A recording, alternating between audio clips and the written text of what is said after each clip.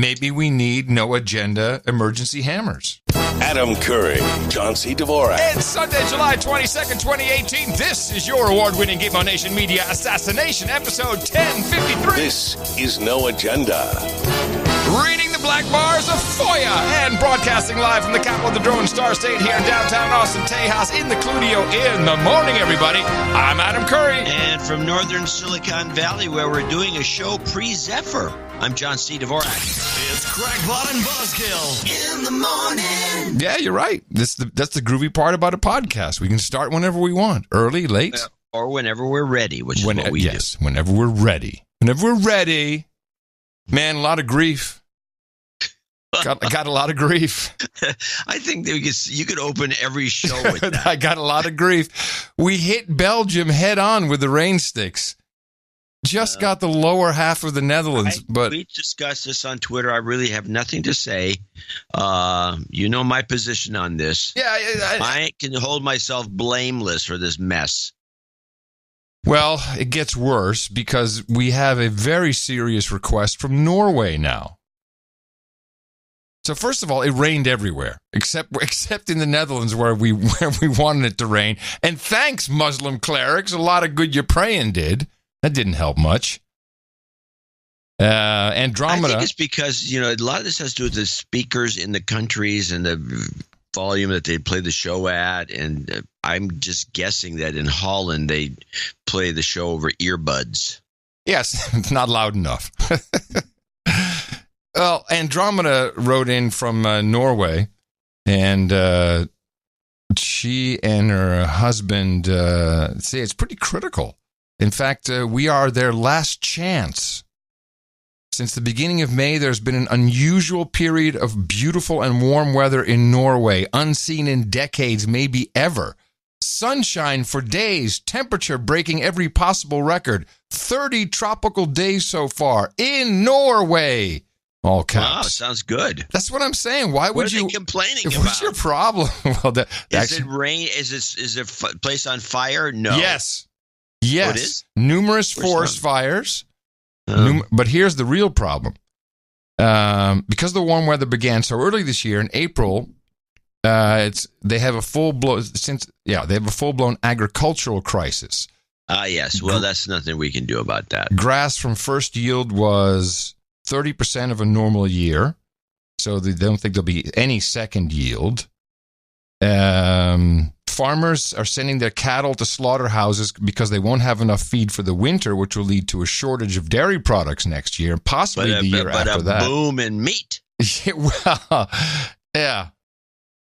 I guess they imported hay from the U.S., even though GMO products are banned, which, of course, everything that we sell is GMO.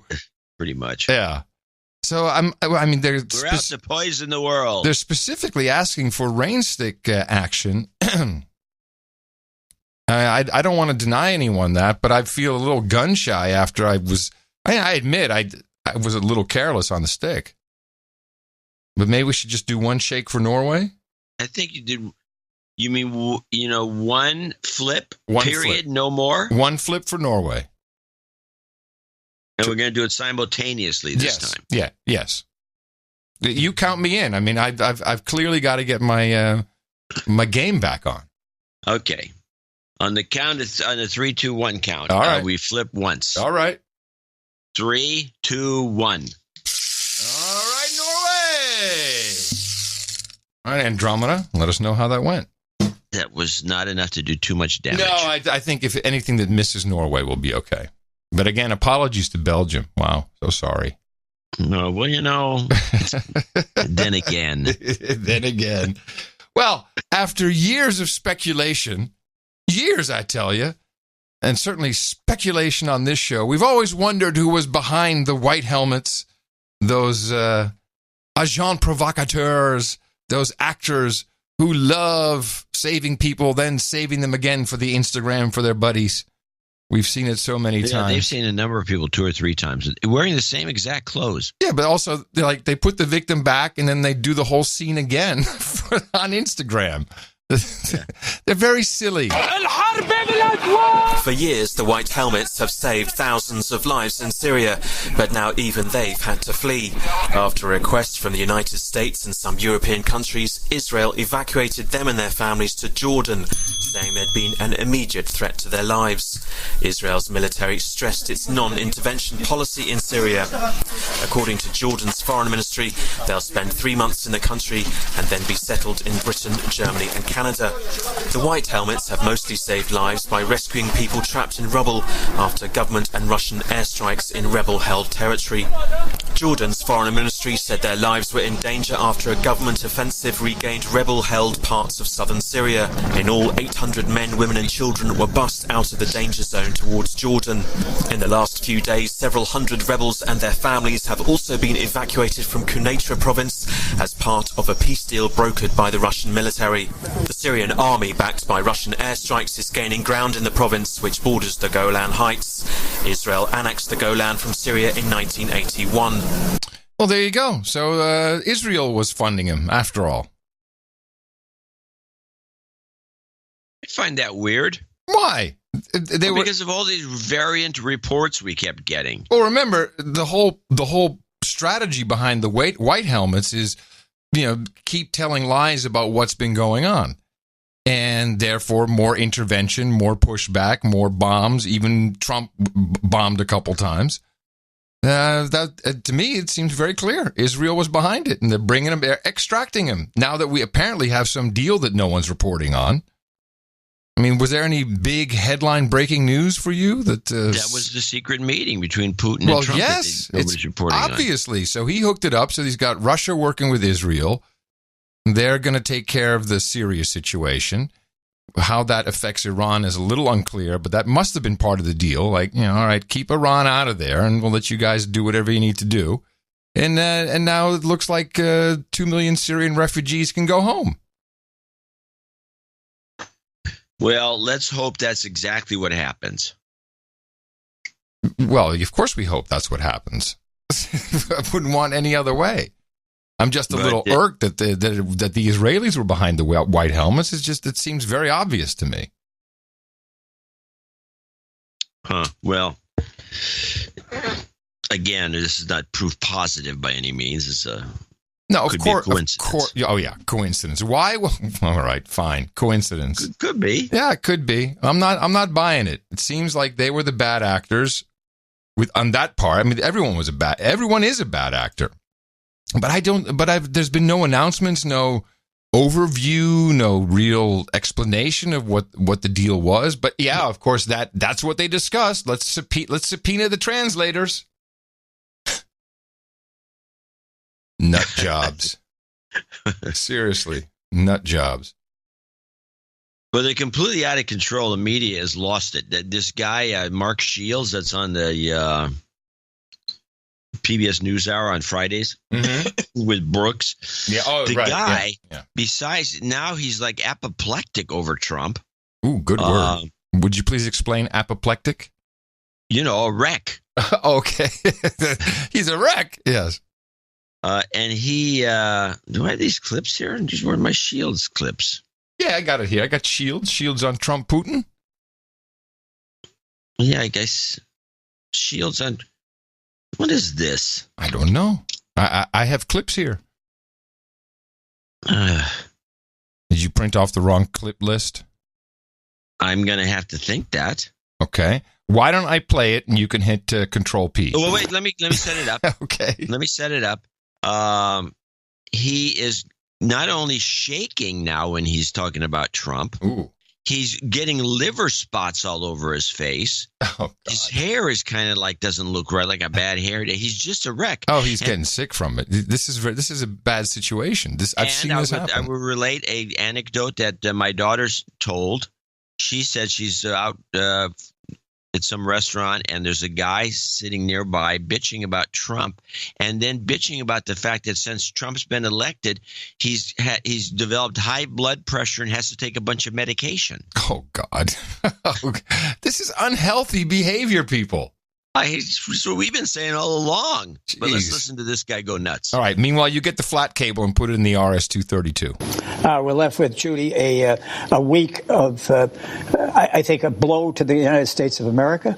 I don't think there's any question about it, to our leadership, the fraying of our relations with our longtime allies, a dismissal, almost a disparagement by the American president of democratically elected leaders and the messy problems that democracy requires, an adulation, a flattery, a giant sucking sound in the company of the Russian dictator, the president's part. And Dan Baltz, perhaps as respected a writer as there is on politics in America, wrote, is when the setting called for a show of strength and resolve, Trump instead offered deference, defensiveness, equivocation, and weakness. And I think that's fair. So does Shields not have an original thought of his own? He has to quote other authors? I guess. I mean, I find that to be humiliating. But, I mean, if you're a pundit. Yeah, you should have your own opinions. You're a pundit. You're a pundit for a reason. You're there to express your opinions, not to quote somebody else's opinions you think are superior. The way I look at it, well, let's get that guy on the show. Why do we want you? Why do we want you? And we can almost predict who's going to have a heart attack first. Seriously. We're seeing a lot of heart attacks in the making. From a lot of these guys who are just spitting mad. They're spitting mad. You're right. It's just incredibly unhealthy, and they're just falling into this trap. I have some thoughts on this after this second clip of Shields. Donald Trump is, when he stands there and contradicts the unanimous judgment of all the men and women who are professionals in the United States intelligence services, who have concluded unanimously that Russia was behind the meddling cyber attacks and continues to be at this time, and stands there and pays the ultimate compliment. You can talk about his words. We know his words. In his lexicon, the lexicon of Donald Trump, there are no greater compliments than to say strong and powerful. And whom did he call? To call anybody weak is the ultimate insult. And he paid the ultimate compliment to Mr. Putin as he stood there and refusing to endorse and support the work of the American intelligent professionals in public. I've never seen a situation like that before. No American president's ever done. There was That sounds like the ultimate compliment to me.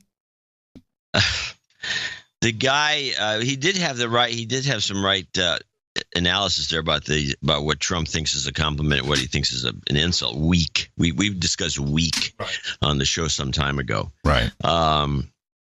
So this guy promotes the bull crap that 100%. In fact, he's taking it further about the intelligence agencies all agreeing. Mm-hmm. Now it's unanimous. And he says the men and women. He's talking about every single intelligence agent and on every agency. Yeah. Well, he would know. I guess. I just had a great idea for a strategy for the Democrats.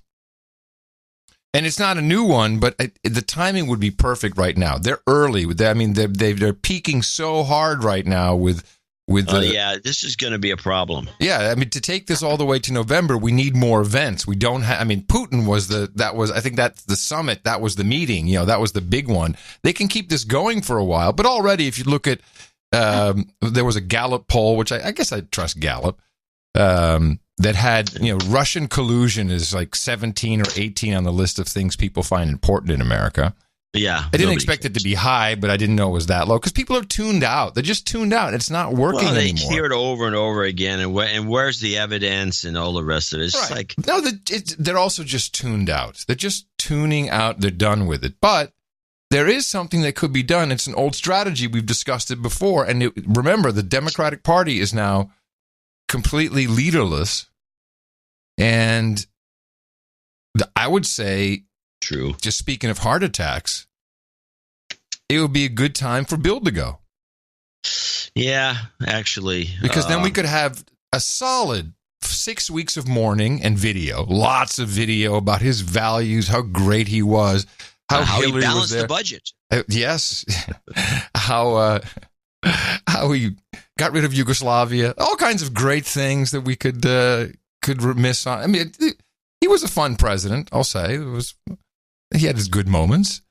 But then, that would kind of ramp up into reestablishing the Democratic Party values. And then Hillary could come back in very smoothly and really start to bring people back together, whether for herself or for somebody else. But it would be probably for herself.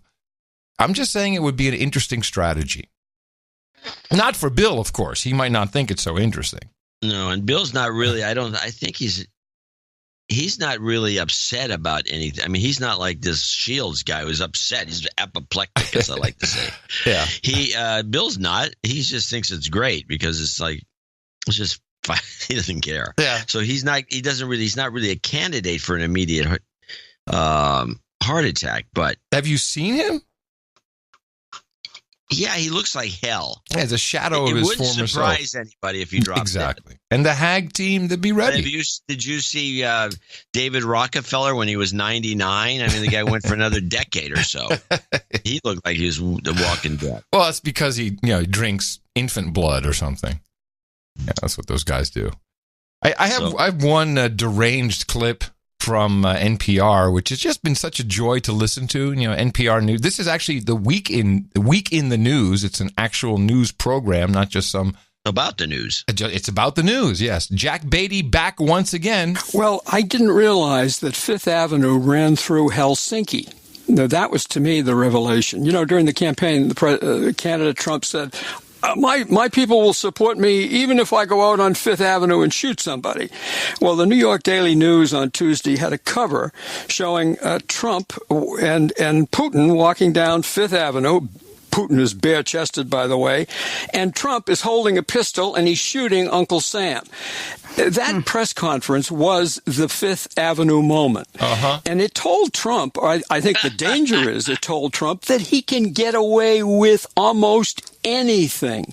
Because what was the response? According to one poll, 79% of Republicans thought that debacle press conference. Is it debacle? Is it debacle? Debacle? Yes, debacle. I don't think debacle is I don't think it's an alternative. From now on, it is. Debacle. It's a debacle, baby. My debacle was a debris, let me tell you. Because what was the response? According to one poll, 79% of Republicans thought that debacle of a press conference and the meeting was a success. Meanwhile, in Russia, the host of a state TV program said Trump, quote, smells like an agent of the Kremlin. There was some hand-wringing in Congress, but nothing very decisive. In fact, the House voted down a measure to increase election security spending. And if Trump has got the message he can get away with anything, we're on the road to Norm Ornstein's nightmare. He's, of course, the AEI political expert. His nightmare is that Trump fires Mueller, pardons himself and everybody else, sends his followers into the streets, and after the inevitable bloodshed, declares martial law. Now, you say, well, that can't happen. Well, who would have thought that the president could openly collude, not only openly collude, openly canoodle with the strong and powerful Kremlin leader and would receive 79% response from Republicans? There you go. Canoodle, baby. Holy macros, this guy unhinged. Yeah. And by the way, finally, was the Huffington Post finally wrote something that's been bothering me for a while about. By the way, that was one hell of a clip you dug up there. Thank you. But no, it's okay. I don't think so either. What was I going to say? You're talking about the Huffington Post. They finally knuckled under. Yeah, they finally wrote. Someone over there finally wrote an article and said, New York Times, when you're making jokes, and this guy kind of did that a little bit as well, when you're making jokes about Putin and Trump being gay lovers, it's homophobia. And it is, because what it says is... Well, you better give us some background, because there was... I don't think we've talked about this. No, we haven't. So they had a cartoon, the New York Times, on their website, and it was the animated cartoon. And it was Putin and Trump, and they're kissing, and they're making out, and they're, naked, and they're cuddling and canoodling. Yeah, it's gay. Yeah, gay. As gay lovers. And, it's this. I don't understand how in one hand you can be, an SJW, BLM, LGGB, TTQQIA, PKLI, and at the end. And then mock the whole mock gay relationships. Yeah. It's because gay guys are not in the group. I've said this before. There's no community. And it's the gay guys who are getting the brunt of it now. And then some of them are standing up and saying, hey, excuse me, this is not okay. It's about time. Yeah. Yeah. Very annoying. Yeah, I found that cartoon to be hilariously, besides homophobic, tasteless. Yeah. And insulting, and there was somebody, I don't know if I have that clip or not, but somebody's going on and on about, oh my God, Trump said something about somebody. How can he be so insulting? There's other ways of doing things. There's other ways of presenting things. Ever anybody listen to what they say about this guy? No. Or that cartoon? I mean, it's outrageously insulting. Yeah. But that's part of what's going on. Well, I don't know if it was outrageously insulting. It was, to gay men, it was. I think it was insulting to Putin and Trump. Maybe. I mean, they're not kissing. They're not, he sees it's just yeah, they were. These are statesmen that are trying to, maybe get us to world peace and maybe, drop the potential for us blowing each other to smithereens, maybe minimize that a little bit, work in that direction. Is that bad? I mean, all of a sudden they're kissing and smooching because we're trying to maybe drop the World War III thing down to maybe not so much going to happen. I mean, I don't get it. Well, I'm not the only one who doesn't get it. Okay, I don't get it. Well, I do. That was my segue. Yeah, I'm looking for the clip. What are we playing? Never get it. You never figure it out. So they had Jama Baraka. This guy is a lefty. You sent me this, and I listened to it, and I want you to explain a little bit about this guy, because I was not familiar with him. Okay. Ujama Baraka. Major lefty. He was the one who ran as a socialist, as vice president under Jill Stein. Oh, right. Okay. Yes. Now we remember who he is. But he's a real lefty. He's a socialist. He's a socialist, borderline communist, hates capitalism. He's the old school, and him and his comrades are all very baffled by what's going on in the political scene, because the stuff that Trump's doing, going after the FBI and the CIA and having these wars with him, seems to be like, this is what the left used to do. What we've wanted to do forever. Yeah, you've been saying this for years. That's what the left used to be. They used to be anti-war, anti-government, certainly wary of the government. Anti-intelligence agencies, anti-FBI, anti-war, all these things, and anti-capitalist, which I think is the weak spot. And they want to stop the Vietnam War. Yes, let's stop it. We got to stop that war. So let's listen to some thoughts. Now, these are not short, because with the left, I will explain this. With the left, the true left or the fake left of now? The true left. Mm-hmm. The true left, not the fake left, not the Bernie Sanders, it turns out. The true left. And I realize that this permeates all of politics at the smallest, littlest levels in the state of California. The true left is long-winded. They can't be concise. They can't just say something. They have to go on and on and on. And this, I'm reminded of when JC was a kid, and we were thinking of taking him to child care in this little area in Albany, but to take your child there, you had to take part. You had to do something. You had to volunteer. I can just see your eyes roll up in your head. You had to do something, and then you had to go to the weekly meeting. What was your participation? Did you do the hokey pokey with the kids? No, it turns out that you could buy your way out with money. In great California tradition.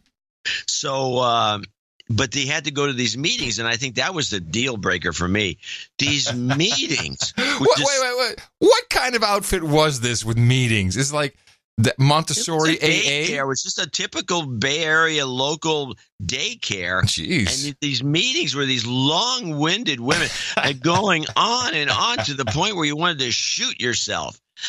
And that's what we're going to have to deal with when we listen to lefties. But these guys are the real deal, and this is the kind of thinking that's going on in the left, the true left. Wait, one more question. I'll be quiet. Did you play the recorder with the kids? That thing. All right. Here, let's start with clip 1. Please welcome Ajamu Baraka to Flashpoint South Pacifica Radio. How are you, sir? I'm doing well. I thought for a moment you were going to say I was shifting to the right also. Oh no! Well, I'm gonna. Well, just to make that clear to our listeners, let me read something from the Black Alliance for Peace, the last newsletter I just received. The ongoing and deepening crisis of U.S. society has caused anger, fear, and confusion. The precipitous decline of the standard of living for millions of people in the United States helped produce the conditions for the election of Trump. This in turn created the Democrats' irrational anti-Russia position. The problem, of course, is that whether it is taking aggressive militaristic positions with either Russia or North Korea, pushing an already unstable and reckless Trump administration to be more forceful is a dangerous position that could easily pull the United States into another military conflict. But that is precisely what the Democrats and their liberal allies have been demanding, with potentially disastrous consequences for millions. That's a heck of a statement, and I agree with it. So that was the kind of the introduction of this guy, and it starts off with some Democrat hate. And the argument they start to make is that the Democrats have no left-leaning people anymore. They're all old liberals, and they never say neoliberals, but they call them all liberals, and they're kind of leaning to the right. And they've adopted all these what were once Republican positions, and so far as hating Russia and wanting war. Mm-hmm. So let's go on to clip 2 where we get a little more interesting. If you struggle now in a certain kind of way, you will be accused of being an authoritarian or abusive or whatever. Everything has shifted. Everything has shifted. But don't we still have history? I mean, well, that was one of the things that the left in this country prided itself on, which was it was on the right side of history. And would constantly cite chapter and verse history. So, for example, you and I both share knowledge that the history of the FBI in this country, the Federal Bureau of Investigation, is one of a secret police force. Has largely been one of repression, particularly when it comes to the relationship of the FBI to the black community in this country.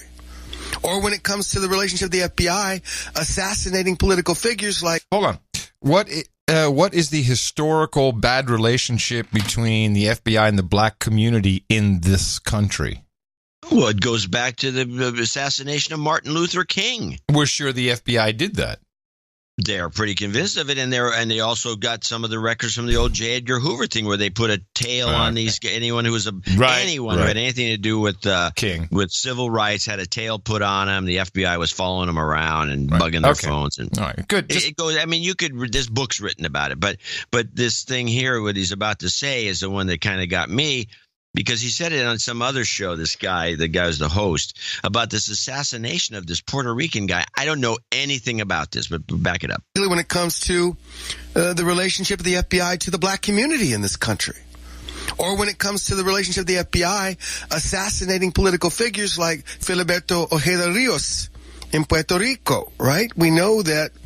It sounds like from his pronunciation he's got an axe to grind with it, that's for sure. But just because he has, I think this guy's a Latino, maybe. That's what I'm saying. That's what I'm saying. You know, he's got. But who is this guy that was assassinated in Puerto Rico? John, they're on local Berkeley radio. Who cares? It's not as local as no one's listening. Filiberto Ojeda Rios in Puerto Rico, right? We know that.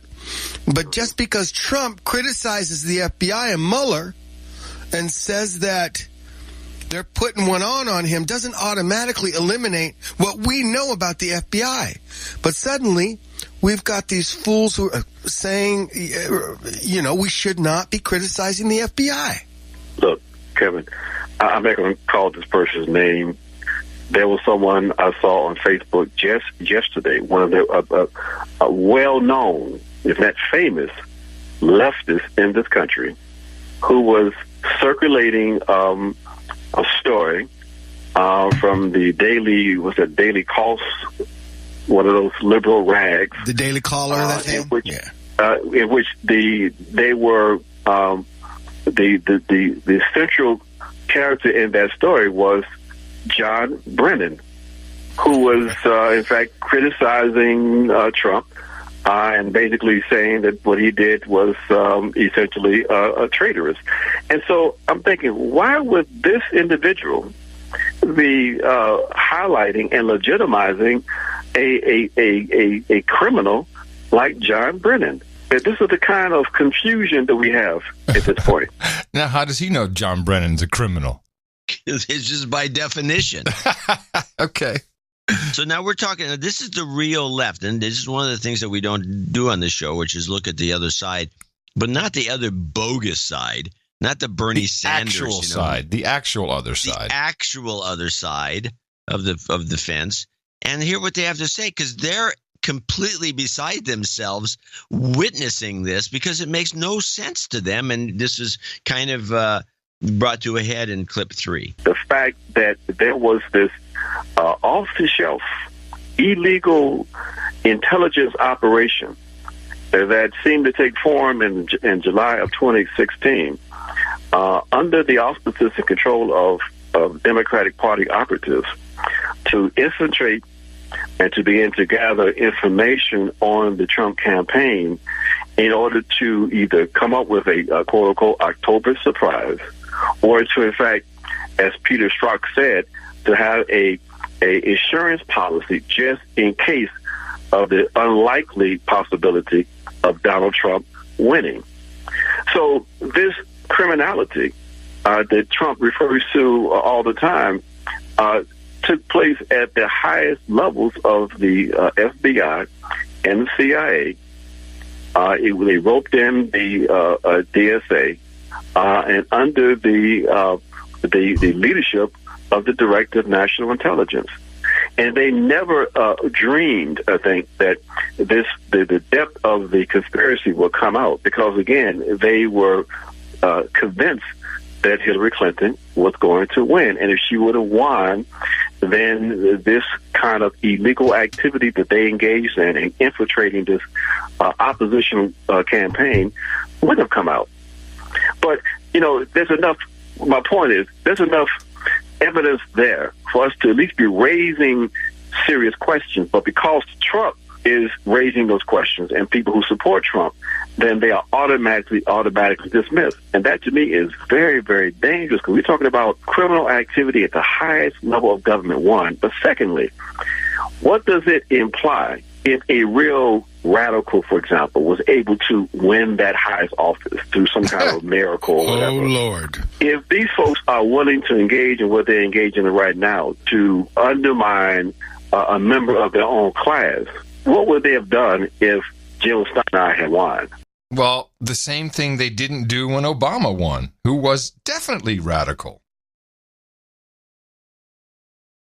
Well, yeah, it's hard to say. But they definitely wanted Hillary in. Well, yes. Irked about it. No, but the way you got to look at this, all the people who are shaking and angry and deranged, I can't think that anything else than those people are somehow, even tangentially, they are complicit in whatever was going on that made everyone just all easy about her winning. If that makes any sense. So, I see representatives, I see senators, I see a lot of people very, very worried about, anything else being uncovered from all these investigations. And, it was a little hard to look through all of the redactions, but, the FISA warrant for Carter Page, which is now out, and again, it's heavily redacted. You can't get anything out of it. You can't get much from it, but you certainly can't get the key things you'd be looking for. Like, how the origin of the dossier. Now, it may be redacted out somewhere, but why would you redact that out? You'd expect them to leave that in. Not if it was sketchy. We're part of, Well, yeah, if it was, okay, agreed. If it was sketchy, you'd leave it out. Well, now there's nothing in there. No, it's nothing. Well, anyway, I got a kick out of listening to these lefties going on and on because they're right. It's like this is a high-level corruption and nobody seems to care. The lefties are right. I'm so confused now. The lefties are right. I'm confused. Is this still the leader of the real lefties? Are there any other ones left? No, he's not the leader of anything. He is just he's one of the many in the group. But it's as if they're beside themselves. They don't know what to do. Right. They can't. And he said earlier in the second clip, he says you can't say anything because then they call you names. Ooh, that's horrible. They might call me names. Oh boy. Oh jeez. Okay. Anyway, I just thought that was very interesting. Well, I liked hearing. Even the second time was fun listening to it. It's just, You actually listened to the whole thing? Yeah, you sent it to me. I listened to it, and I replied to your email. Oh, I didn't get that. Really? I didn't see it.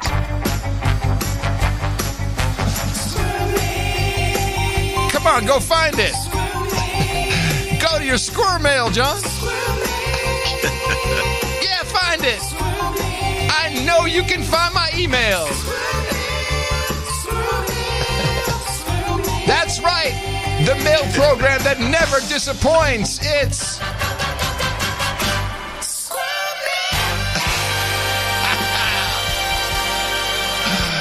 Wow! Gives the product a whole new boost. Oh, yeah. I think people are going to flock to it now. Dustin Jones, thank you for that. Dustin got the message. Let's see. I did get a couple other things. Hold on a second. I actually went to Squirrel Mail, and thank you for that because I needed to... you needed to hit update? I needed to open it to get the spreadsheet off. Oh, okay. Very good. Very good. I don't see anything from you, I guess. Let's see. There's nothing here. Our DHS cyber chief reporting now the election system works. It's resilient to tampering. So it wasn't tampered with before. Yes, right. That's correct. But just letting you know what they're saying. Actually, the most interesting thing to me that came in, I think there's actually a tweet that someone said I should take a look at this. We were not just we, but security expert Steve Gibson were just flummoxed as to this level of detail that the intelligence... Didn't you play the Gibson clip the last show? Yes, I did. Yeah. I'm not going to play it again. I'm just referring to the last show. Okay. How even security expert Steve Gibson was confused. Did they have some kind of general, all-encompassing knowledge of every packet on the internet? I'm paraphrasing, but that's kind of what he was saying. Yes, it makes zero sense what they said. Well... But they are all in agreement, unanimously. One of our producers, one of our dudes named Ben, tweeted something to me, and I looked into the Cisco router lawful intercept function, which I love as a name by itself. It's very Orwellian. Oh, it's dynamite. So lawful intercept, and I'm looking at the docs here. It's publicly available on the Cisco website. Lawful intercept is a process that enables a law enforcement agency to perform electronic surveillance on an individual target as authorized by a judicial or administrative order. So you would need, I presume, a warrant or a form of a warrant. To facilitate the lawful intercept process, certain legislation regulations require service providers and internet service providers to implement their networks to explicitly support authorized electronic surveillance. I didn't know that was a requirement. It doesn't surprise me, but I didn't know it was a requirement. Let me see how this works. So now the way this is legal is because it supports the Communications Assistance for Law Enforcement Act, the CALEA, which describes how service providers in the United States must support lawful intercept. But it only works with the Telephone Industry Association and the Packet Cable Electronic Surveillance Specifications. So I guess that encompasses all ISPs, but it seems to be more kind of a a legal way of doing this because it involves wires, I guess. That's where the CALEA thing comes from. But if you look at what they can do, it's really quite interesting. So let me see. They can identify a device, authentication, authorization, accounting. Well, they can actually, it says they can get targets' username, system IP addresses. Really, they can make snapshots of every packet, where it's going, but they also have this tap function where if you're going to listen to someone's VoIP call or any other call that's going over the network, it will just suck off every single packet and then be reassembled later into whatever it needs to be to decode it, whether it was an email or whether it was just a file being sent or whether it was a voice over IP stream. They really do. It's kind of like the building on 2nd Street in San Francisco where they just plug in a tap and just suck off everything that's going to that particular IP address. Yeah, and worry about it later. Yep. So that could be a way that they got some of this information. I presume that would mean that they had to have the lawful intercept function enabled on a router near the GRU in Russia. I guess. Maybe not. But maybe this is all bull crap. Oh, very possible. But I wouldn't mind actually knowing. I wouldn't mind understanding it. And I'm, as always, disappointed in the technology press. I'm looking at you, CNET, or anybody, New York Times, anybody. Just give me a little more information on this. What exactly happened? How do they know this? Ask the question at least. Nobody even bothers to ask the question. Well, you can look at that document in the show notes. I will say this, though, the fact that Trump and Putin had a secret meeting for 4 minutes or whatever it was. 2 hours. Oh, 2 hours. Was 2 hours? 4 minutes, 2 hours. Yeah, whatever. Yeah. So they had the secret meeting and nothing snuck out of there because Putin is a little more, maybe the KGB or not KGB. Yeah, his tradecraft, his spycraft. They swept the room. Yeah. So they have to say, oh, my God, we wanted some stuff I almost get the impression Trump wanted something to leak. And nothing leaked. So they said, okay, we're going to invite Putin to Washington. Yep. Because when he comes over here, we're going to have another secret meeting. It'll get leaked. My office is filled with bugs. One of our producers posited, that was a pretty interesting idea that there could have been a USB stick handoff in the meeting. I thought that was a good idea. It's possible. Yeah, it could be all kinds of stuff. No, probably what they did is look, how do we save China? Because that'll suck if those guys go down. We need to protect Xi. Said, hey, what can we do with this situation in Syria? Looks like they fixed it. Trump's a big fan of this war in Syria like the neocons are. No.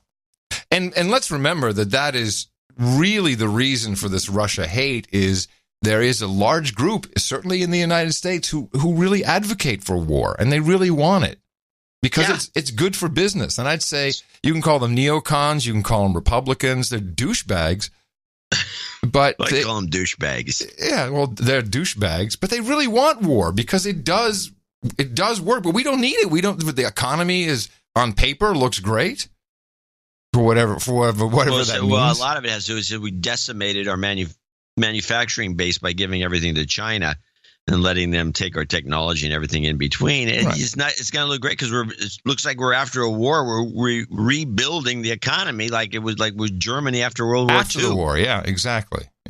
So things would be looking good, technically. And just a note on meddling in other people's affairs, just meddling, whether it's elections or otherwise. Meddling. I was doing some research, and you remember it was Frank Wisner who started the Mockingbird, Operation Mockingbird, which later was uncovered in the Church Commission hearings, and turns out that a whole bunch of journalists were on the CIA payroll. But I mean, really across the board, Washington Post, the Alsop brothers. Isn't Stuart Alsop still writing for the New York Times? Or is he dead by now? The venture capitalist Stuart Alsop, who was the editor of InfoWorld? At the time, New York Herald Tribune. No, you're thinking that's a different Alsop. You're thinking Stuart Alsop's the guy that we know. He's the that says guy it says Stuart Alsop here. In he's the son. Different. Oh, okay. The family's got everyone's name pretty much the same. Okay. So it was his dad then. Like his dad or his uncle? I have no idea. Let me see. Stuart Alsop, Ben Bradley, James Reston, that's the Times, Charles Douglas Jackson, Time Magazine, Walter Pincus, there's a name I remember, The Post, William C. Baggs, Herb Gold, Charles Bartlett, Chattanooga Times. Anyway, so I was researching this, and it turns out that there was another that was all for really U.S.-based press. But then we had a lot of people that overseas. I mean, the Paris Review was a CIA front. Well, I think. Okay, this is where I'm going. I just want everyone to know what we have been doing and how we operate here in America. We do it pretty well, actually. And it started with something which was completely CIA funded. You may remember this. I'm too young for it. The Congress, what was it? The Congress for Cultural Freedom, the CCF. Does this ring a bell at all? No. Well, it later was exposed by some French magazine, Rampart magazine, actually, who I think at the time were based in Paris. But this thing was an operation where they just had hundreds of millions of dollars, and they were giving it to agents and contractors worldwide, but mainly in Europe, to influence, the post-Second World War, Cold War Europe to accept the, quote, American way. And they financed the Boston Philharmonic Orchestra to go over and play, but they did big parties for artists. They had, these CIA-connected spooks would have galleries. They had co-opted, there's always been speculated they co-opted Andy Warhol, or at least liked his soup cans and Brillo pads so much because it projected Americana. And there was just hundreds of millions of dollars being spent on psychologically indoctrinating the artistic intelligentsia of Western Europe. And it was a huge program. I've never heard anyone really talk about it.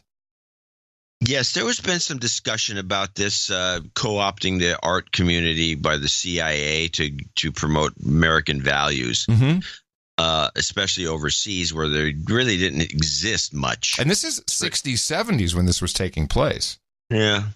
I don't know too much about it. I've heard a couple of things even recently. They've been trying to do stuff like that. Well, we still have Voice of America proudly beaming out on I'm long wave in the arts. Oh, in yeah. The arts. Well, music. I think a lot of music has potential for influence. Just getting it played. I'm still waiting for my CIA check. Yeah, where is it? I taught Holland how to say Madonna. Come on, guys, give me a check. Yeah, well, But it's really fascinating. You already did that. Just water under the bridge. You don't. It's like you don't pay the guy afterwards. No. But I did put a couple of links in the show notes, nashownotes.com, and learn about the Congress for Cultural Freedom. It was truly a fantastic operation. And, we just go straight for the entertainment. And through that, I learned that both 1984 and Animal Farm the endings were edited by the CIA, different from the book. That's where that whole Hollywood office started. So if you read Animal Farm and you look at the U.S. production of Animal Farm, at the end in the animated movie, it's just the pigs who are left over. In the book, of course, it's the pigs and the farmers, and there's open to interpretation as to what happens. It's a little different than the CIA edited version, and that's now all admitted that they sat there and said, "No, we can't have that." I don't really like the idea of the CIA making those sorts of artistic determinations. They're not really a bunch of artists. No. By their nature. They're not. They don't have artist sensibilities. Mm-hmm. So, but what are you going to do? No. But since you brought a word up, I might as well play this little clip and get it out of the way, because I know you've been wanting this one. This is Carling. It says Carling on nice, fine, and great. I know what it is that bothers me about that whole thing. It's the word nice. It's just a weak word. Doesn't have a lot of character, you know. Nice. Isn't he nice? Oh, he is so nice. And she's nice, too. Isn't that nice? How nice they are. I don't care for that, you know. It's like fine. There's another word. How are you? Fine. Bullshit.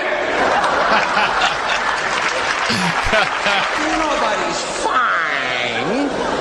Hair is fine. How's your hair? Fine.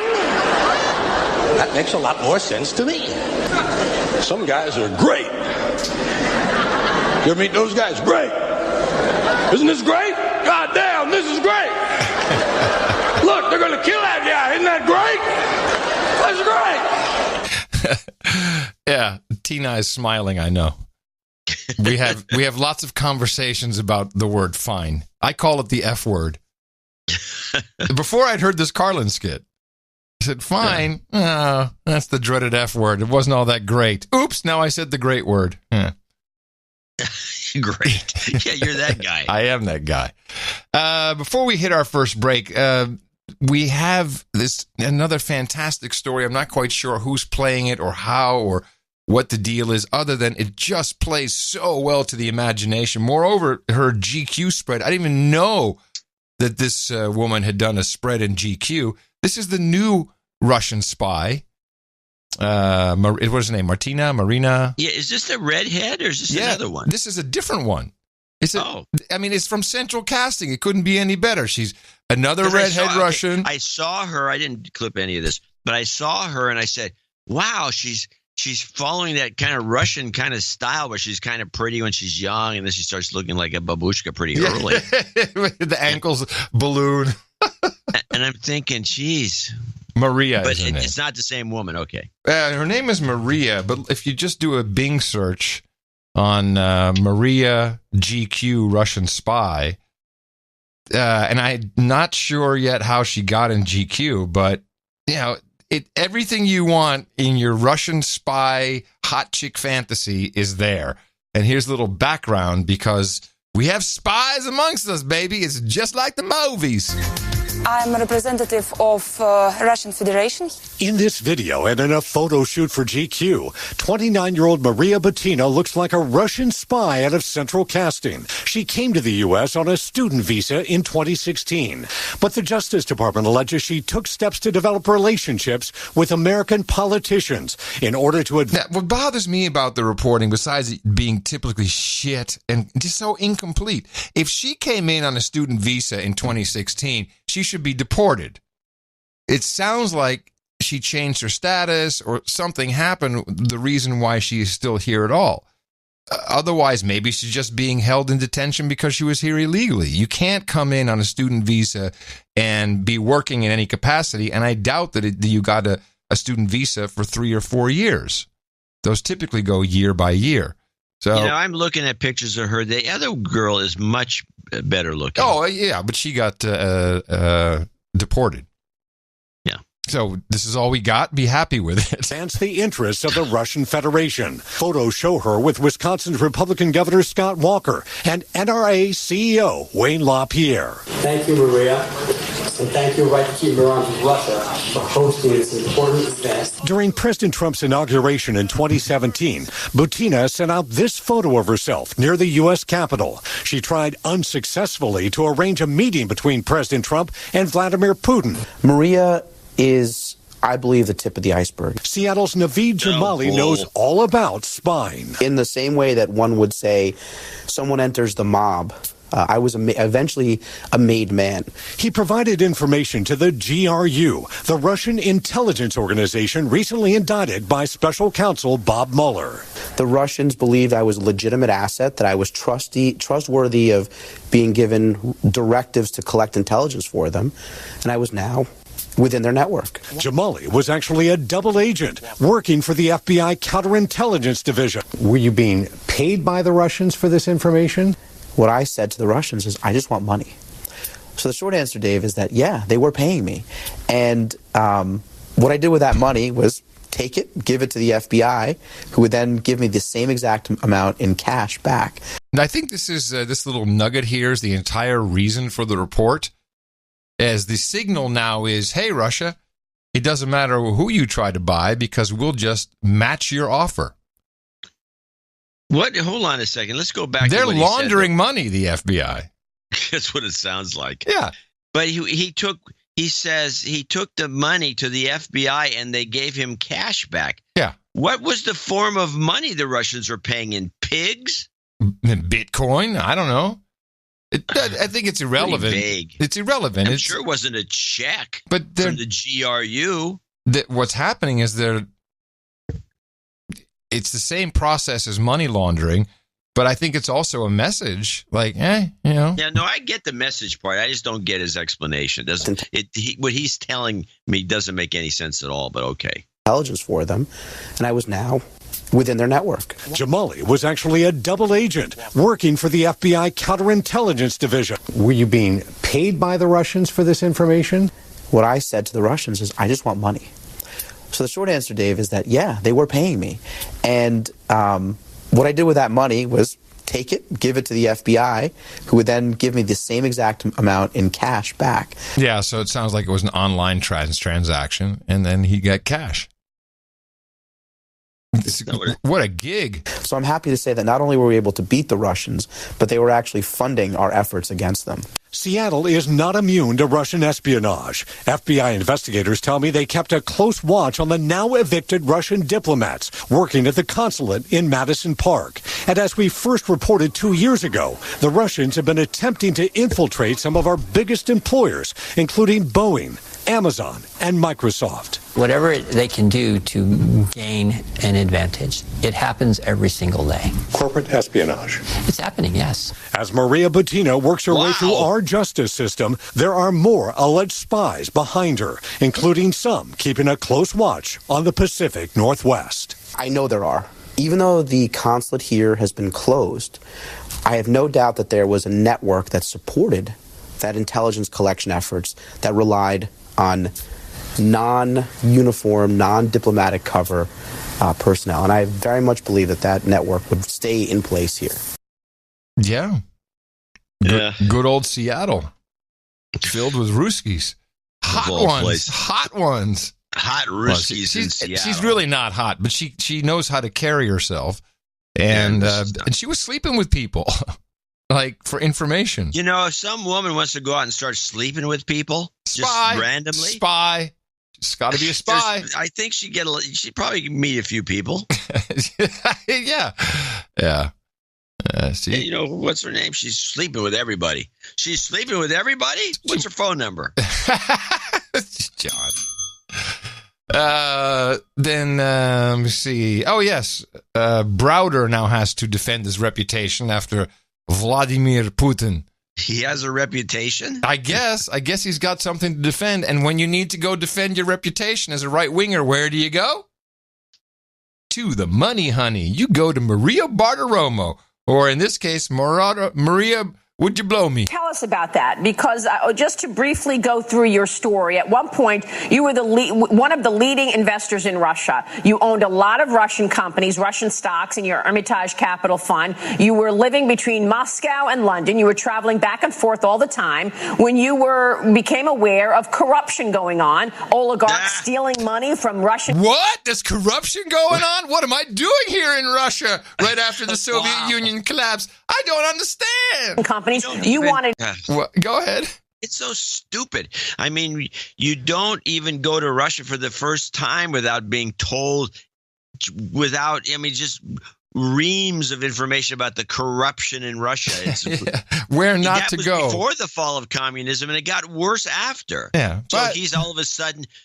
out of the blue, he's what? He was a legitimate businessman doing legitimate business in Russia. No way. This is a bullcrap story. Well, it's Maria Bartiromo. Aware of corruption going on, oligarchs stealing money from Russian companies. You wanted it stopped. You started to become more of an active investor, calling out this. And then what happened, Bill? Oh, yeah. Well, so after exposing corruption in these big companies like Gazprom, Putin expelled me from the country, declared me as a threat to national security. The police then raided my offices in Moscow, seized all my documents. I had a young lawyer named Sergei Magnitsky start to investigate, and he figured out that they seized those documents to steal $230 million of taxes that we paid to the Russian government. He exposed it. He was then arrested by some of the people he exposed, put in pretrial detention, tortured for 358 days, and then killed at the age of 37 in a Russian prison on November 16th, 2009. Wow. And since then, I put aside everything else I'm doing on a mission to get justice for Sergei Magnitsky, which has... get justice for Sergei. And this guy, he needs to just stop bleating, because anybody who renounces their citizenship doesn't deserve any protection. Wouldn't you say? Yes, he renounces American citizenship, which is suspect, except for one reason, which some people will do. Taxes. Yeah. Although some people have done it for political reasons. Few. Very few. But I know one. And but it happens. But this guy just seems smarmy. I have one more clip here. This is not, this is a very serious matter. Now, the charges that he levels against you, which were all debunked, we should say, but he says you avoided taxes in Russia and in the U.S. and that you gave hundreds of millions of dollars to Hillary Clinton. Your reaction? Well, what kind of question is that? Your reaction? That's the Larry King method. Well, no, Larry King, I've your studied response. Larry King. Larry King has never said that. He says stuff like your response. Yeah, he does. Well, to maybe a caller. Okay. Well, I don't like it. Hillary Clinton, your reaction? I don't like it either. Well, he's been throwing out charges against me like candy. These particular charges have been analyzed by the U.S. Department of Justice, by the British government, by Interpol, by the German government, and have all been rejected outright. It's just complete nonsense. In terms of the Hillary Clinton campaign contributions, I've given zero contributions to Hillary Clinton in any campaign. I do not make U.S. campaign contributions. And in fact, this $400 million number that he threw out, they then walked back to 400,000 the next day, and the real number is zero. It's an interesting... Okay, well, there you go. Was it walked back to 400,000? I don't remember that. That's what he's saying. I think I would have noticed. That's what he's saying. It was walked back. Well, how come it never showed up in any of the news reports? You'd think it would have with everybody against Trump and Putin. You'd think. That sounds like he's just buffaloing her. Yeah. Maybe somebody in the chat room can do some research for us. Okay. Troll room. Yes. Troll room. Sorry. Last thing I got on the meeting, Putin, Trump, is oil prices. Just a little more like a backgrounder / overview. Nothing crazy about it, but just the prices and who needs what. This is the chairman of Pioneer National Resources. We're almost at $4 gasoline in some states. When Brent is $80, you're almost at $4 gasoline. That'll have a major impact on the American consumer. That's the reason I think the president is trying to intervene. Bring the price down a little bit. Let's look at the top line number. The U.S. is at a record nearly 11 million barrels a day. Your projections are to get to 15 million, which is extraordinary, passing Russia and Saudi Arabia comfortably. What's the time frame? It's over the next 7 to 8 years, maybe 10 years, but we'll see a lot of it in the next 5 years. We'll be at 13 fairly quickly. We'll surpass Russia here shortly in the next 3 to 4 months. We'll be at 15 sometime in 2026. How about the trade sanctions that we see the U.S. applying on China, on Canada, on the European Union? Do you worry as a U.S. chief executive that the American president is being too aggressive? Yes, well, it's affecting us at least two things. One, exports. We do export as a country to China about 300,000 barrels of oil per day. Now, we hope that if they do put tariffs on oil, China does, we can find another home for that 300,000 barrels. Secondly, the pipe tariffs. So we use a lot of pipe in our industry. And so it's raising the cost of the pipe 20, 25, 30% by putting tariffs on foreign steel. Do you think we're on the precipice of something more severe, though, that the tariffs could lead to a severe slowdown in 2019 or not? I don't think so. Trump is a businessman. He's a trader. And I think China and the U.S. will work something out. Did he call Trump a traitor? Yes, he's a traitor. Okay, so that could mean that oil prices may go down a little bit, or what is it? I don't track it. Is it 70 now a barrel? I'd have to look. I can look in a second. But I'll tell you this. They're pumping if we're going to keep this going, this craziness continuing, we're going to pump ourselves into a glut, and the price of oil is going to drop through the floor. I mean, that's the only end result of what they're doing. That's here. what it sounds like. In particular, what I didn't think about that. Now, the price of regular crude, not Brent, is 68. What's Brent? That's a better product. I mean, what's the price? I don't. It's not on my list. 65. Okay. So, well, you wouldn't expect be 65. It would be more. Yeah, but you wouldn't. More than 68. Yeah, but you wouldn't expect it to go much lower then, according to this guy. He says can't go to 80 because that's too much, and he has a lot of trust that we're going to work it out with China. But I didn't realize that the tariffs would actually impact our oil export. I didn't know we exported 300,000 barrels a day to China. That's a lot. That's quite a lot. So if the tariffs preclude that.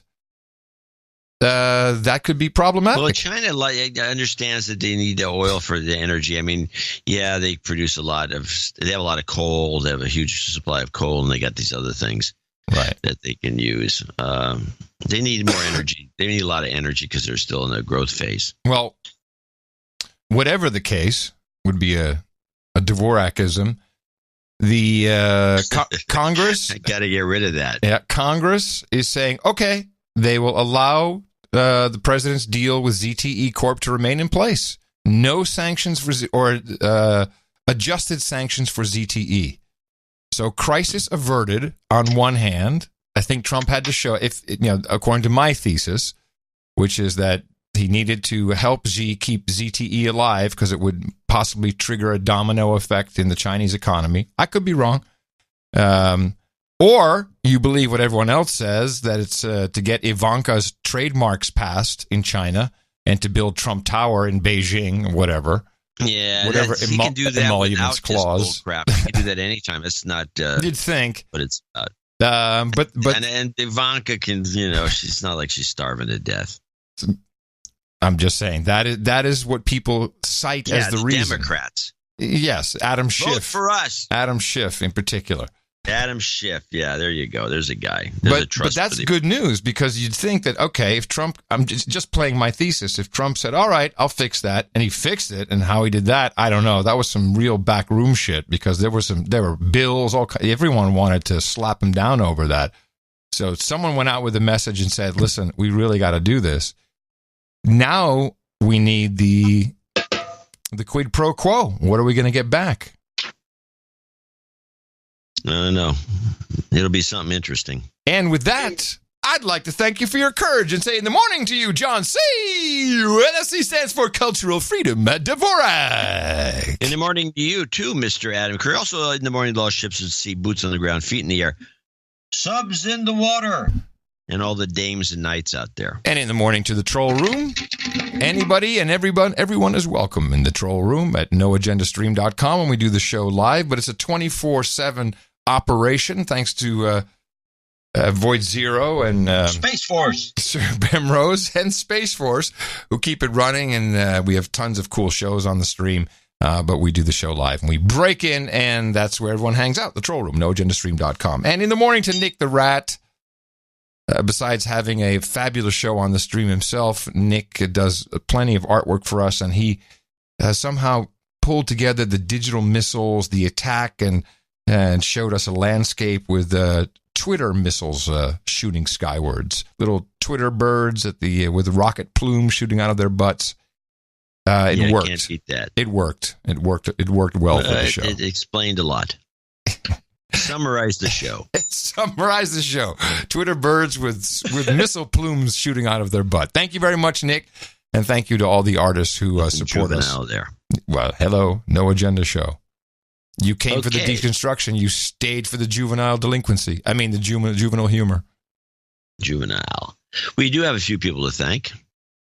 We have 2 executive producers and 3 associates today. John Russ, I think it's Sir John Robinet. 33333 is our top executive producer. 33 with 33 cents. ITM John and Adam, it's a somewhat drunk donation.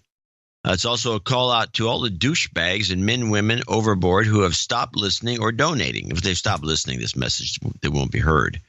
Yes, to the person who thinks this does not apply to them. I mean you. Right. Only you can keep the No Agenda show alive. No jingles, no karma. Keep doing what you do. All right. Thank you. Thank you very much. Funk came in with $333. Highland, Indiana. Please use the name Funk and see donation note from Dale.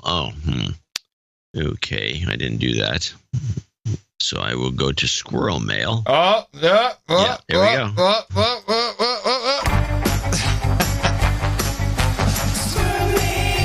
He's getting the donation note. Going over to the Squirrel Mail. Looking up the name by email. He is the Squirrel Mail. Have you found her yet, John? Curiously, no. Did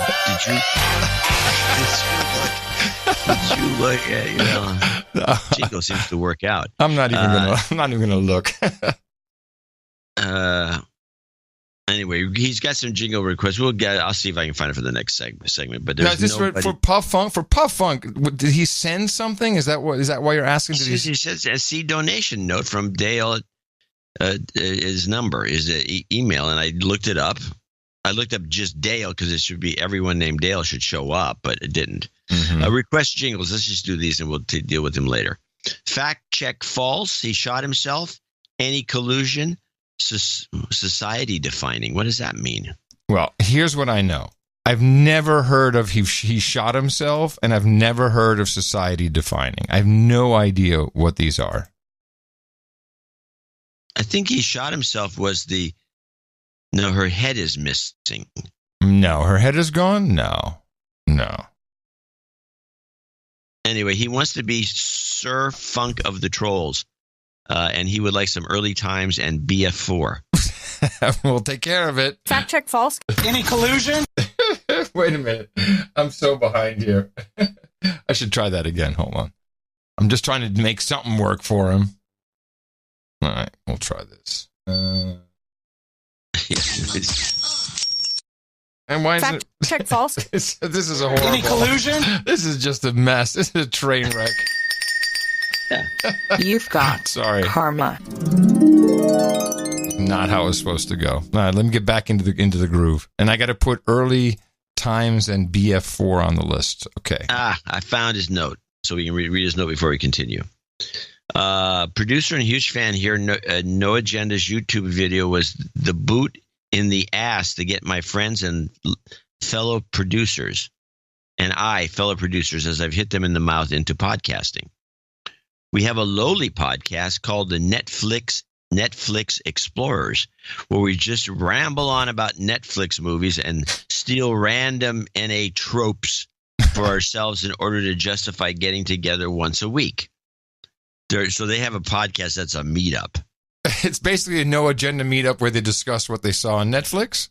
Yeah. Okay. Yeah. All right. Sounds like typical No Agenda. Yeah, sounds like No Agenda meetup. Yeah. Yeah. Our third year in the show comes up in January. I wonder if they're all splitting the same account. Our third year in the show comes up in January. Instead of copying a similar No Agenda bombastic, exciting intro for each show and to end asking for a taxi, as of a few weeks ago, we wanted to do something that John mentioned in the No Agenda show a few weeks back, a radio-style plug. Would it be out of line to ask either of you fine gentlemen to record a "Hi, this is Adam, John, and you are listening to the Netflix Explorers, podcasting wherever you prefer." Podcast. Oh, no, okay. No, it goes like this. I'll just do it now. You can take it from here. All right, here we go. Hi, this is John, and you're listening to the Netflix Explorers podcast. No, wait. I think when you do, hi, this is John, do, hi, this is Adam, and then you finish it out. Hi, this is John. And it's Adam. And you're listening to the Netflix Explorers podcast. Great. He wants a bunch of other things, too. We're not going to do it. You see, it's a scam. You can get that off of any of one of our podcasts. Anyway, you can use that. Am I being a dick for asking? Let me know either way. I don't need it on the show. It's not that I'm not that vain. Well, and I would like to have a clip from my most respected on-air personalities. Huge admirer, podcaster, and troll, Dale. All right, Dale. Thank you very much. And we'll see you at the round table. Indeed. Onward to our list. This is slower than last week. The last show. Sir Fish, $250 to be associate executive producer for show 1053. Holy crap! That newsletter was he says that fucking newsletter was fucking awesome. He says assume here, but it's awesome is what he meant. You hit it out of the park. I had to donate. You may want to edit. You may want to edit the F-bombs. I think so. Thanks. You should put that at the beginning.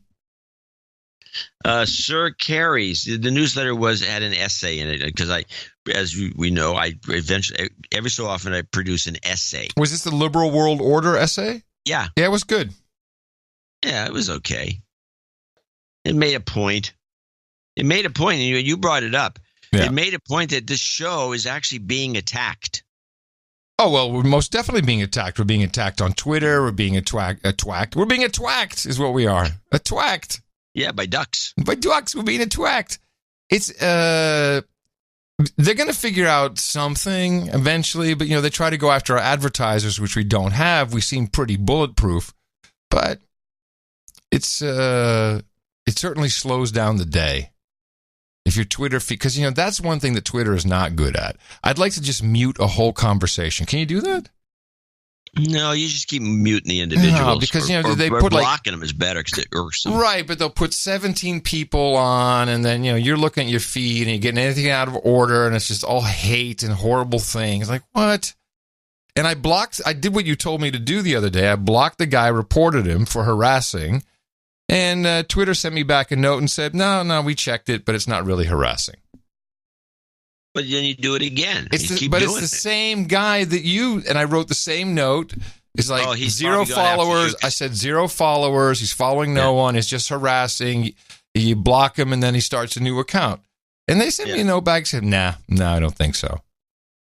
Well, you at least get notes back. I don't. Well, I see him getting bumped. He's getting bumped. He gets kicked off, and then he comes on with a new account, just like you said. He's got no followers, and he starts. I mean, the thing is, he got no followers. That means nobody, unless somebody stupidly retweets him. Right. Nobody will ever see his message, and you can just block him again. Yeah. But a lot of people just go to Twitter, go to at Adam Curry, and just look and see what everything's on my timeline, and those guys do show up. People do that, Or they just do a search. Timeline. Or they do a search. Just do Adam Curry in the search box. Oh, yeah. If you do Adam Curry in the search box, it could show up. Yeah, that way. Yeah. Sir Carey's, meanwhile, in Somerville, Massachusetts, 237.32. With this donation, I should reach the level of baronet. Oh, nice. Note in accounting sent to Adam. Yes. You're on the list. Yep, forwarded, and thank you very much. And we'll have your fresh title ready in the second half. And finally, William Gefgen, Maspeth, New York, 203.88. A New York Times annual subscription is $203.88, which is what he donated. He says, I'd rather get my news from No Agenda. And then as a kicker, he just puts taxation is theft at the end. I'm not sure what it says about the show, but I like taxation it. Is taxation is theft. Yes, totally agree. Well, William, thank you very much. That's a great idea. Just see, what could you live without? And it turns out you can live without a lot. $203 is too much money. Now, I would say it's not too much money if there was no advertising in there. Right. But the New York Times makes most of their money with ads in the newspaper. Is that really the breakdown? It's more from ads than from subscriptions? Yeah, it's always been that way in the newspaper business. That's why newspapers used to cost a nickel. Right, but is it these days? Is that ratio still roughly the same? No, because the classified thing, we've talked about this before. Yeah, that went away. They shot themselves in the foot a number of issues. But I think with the Times, $203.88 for a year, because you can't really read. I mean, I had a couple of subscriptions, as you remember, John reading from the New York Times. Oh, we had a jingle. Remember the jingle? Oh, I bet we still have it somewhere. Probably. John's going to read. No, that was Adam's going to read his email. I can't remember the tune, but I had a subscription and I would read these articles and I'd make some comments for it. This went on for about a year. And then the piles of newspapers would just stack up and you take them out to the recycling bin. It would fill the bin up. It was just a nightmare. And I looked into this, and a lot of people don't subscribe to these newspapers because it just clutters the house with newspapers. So, what was the title of that jingle? Because I only have this one. John's gonna read his tweets. You don't do that anymore either, do you? No, it wasn't that interesting. I know what you want is you really want me to go back to the face bag so I can read more of the story. I think about it. I say, no, here's what I want. I want this is a plea to the community, our community, the community. If you find some unhinged, especially if it's written in the form of a diatribe, like somebody is apoplectic, word of the day, forward it to Adam, and then he can read. Those. What did you just say? Forward it to John so John can filter it, and this is going to be a deluge. No, most people won't. It will be a debacle. It'll be a debacle. Yes, it could be a debacle. We want to thank everyone who supported us, our associate and associate executive, and our executive producers both. 2 executive producers, and we had 3 associate executive producers. Thank you for keeping the show on the rails. It's how the value for value system works. It's how we've been keeping it all alive for over a decade. And these are actual credits that you can use anywhere that credits are understood and accepted. Try them on your LinkedIn, your resume.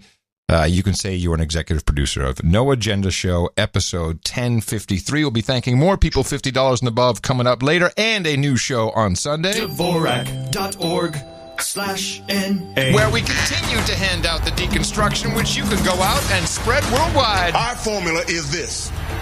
We go out, we hit people in the mouth.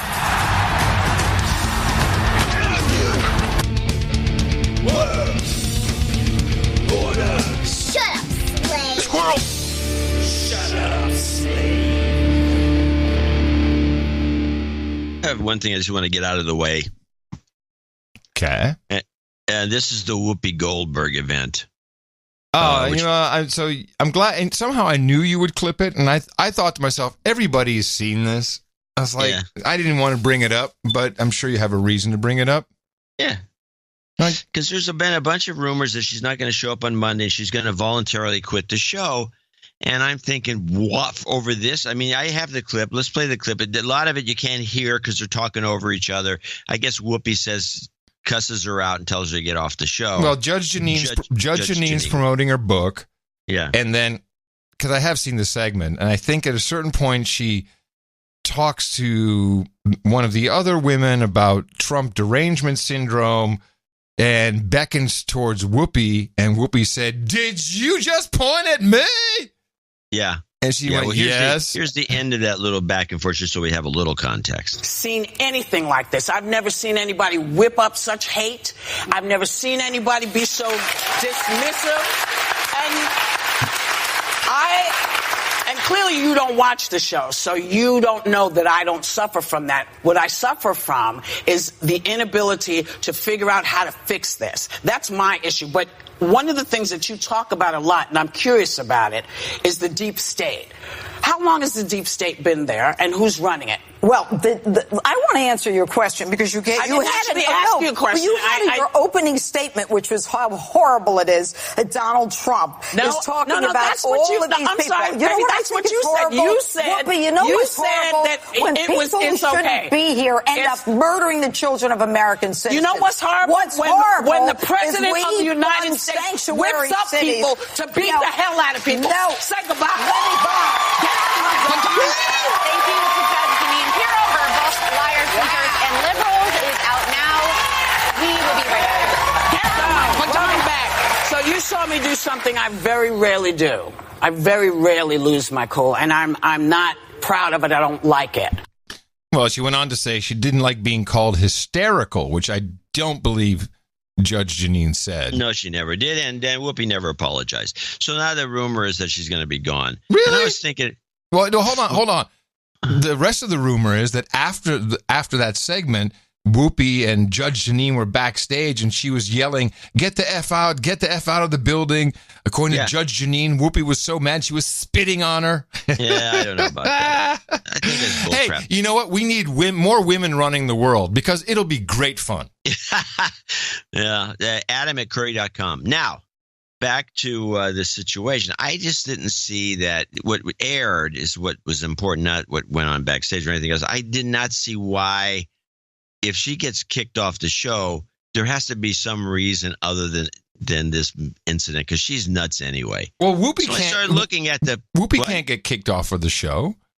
Sure, she could. No, man, she's too important for the show. That's just when it comes to this level of mercantile kind of cross promotion. Okay. Judge Jeanine's publisher is the Center Street Press. The Center Street Press is owned by Hachette, who is slowly becoming one of the biggest publishers in the world by buying up everybody, including Wenner's operation, Jan Wenner's operation, and Disney's Hyperion, which they just picked up recently. And when these deals go down, they're big deals. And there's a lot of, wink, wink, nudge, nudge. We're going to let you do some promotion. We'll promote you. You promote us. You rub our back. We rub your back. And Disney's really good. Yes, she was there for the book. Big mistake, Whoopi.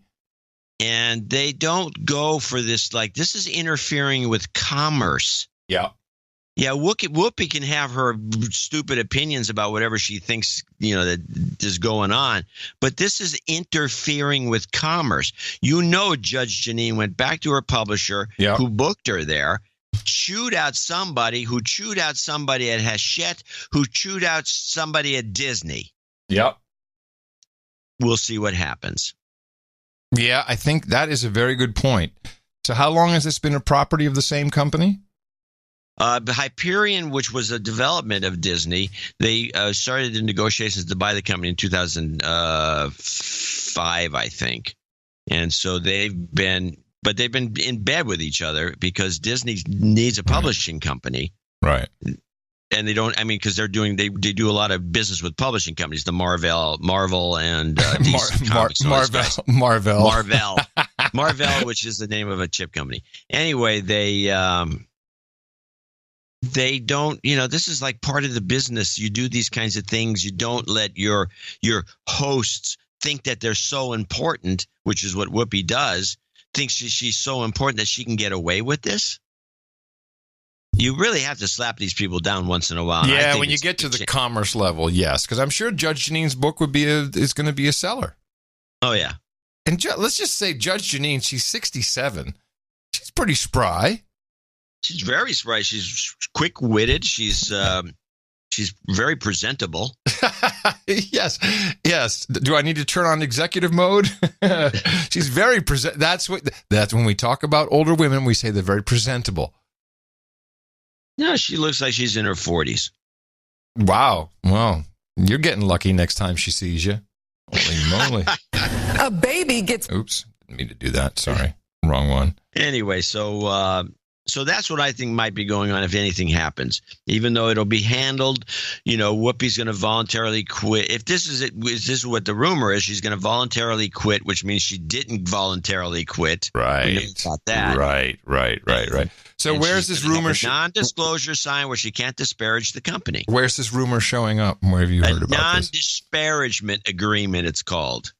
You know what those are. But where's the rumor showed up that she may not be returning on Monday? It's just kind of here and there. Just out there. Yeah, I don't have an exact spot where it landed. Thank you, Rich Koning. John's gonna hum the Sunday Times. It wasn't just a jingle, man. That's one of the first professional ones we got from Kevin Reeves. Yeah. And you I can actually sing. And you don't even get the Sunday Times anymore. No. Well, I started off with the regular New York Times subscription. Then I said, I can't take it anymore. So then I backed it off to the Sunday Times. There was another jingle that preceded this one, I think.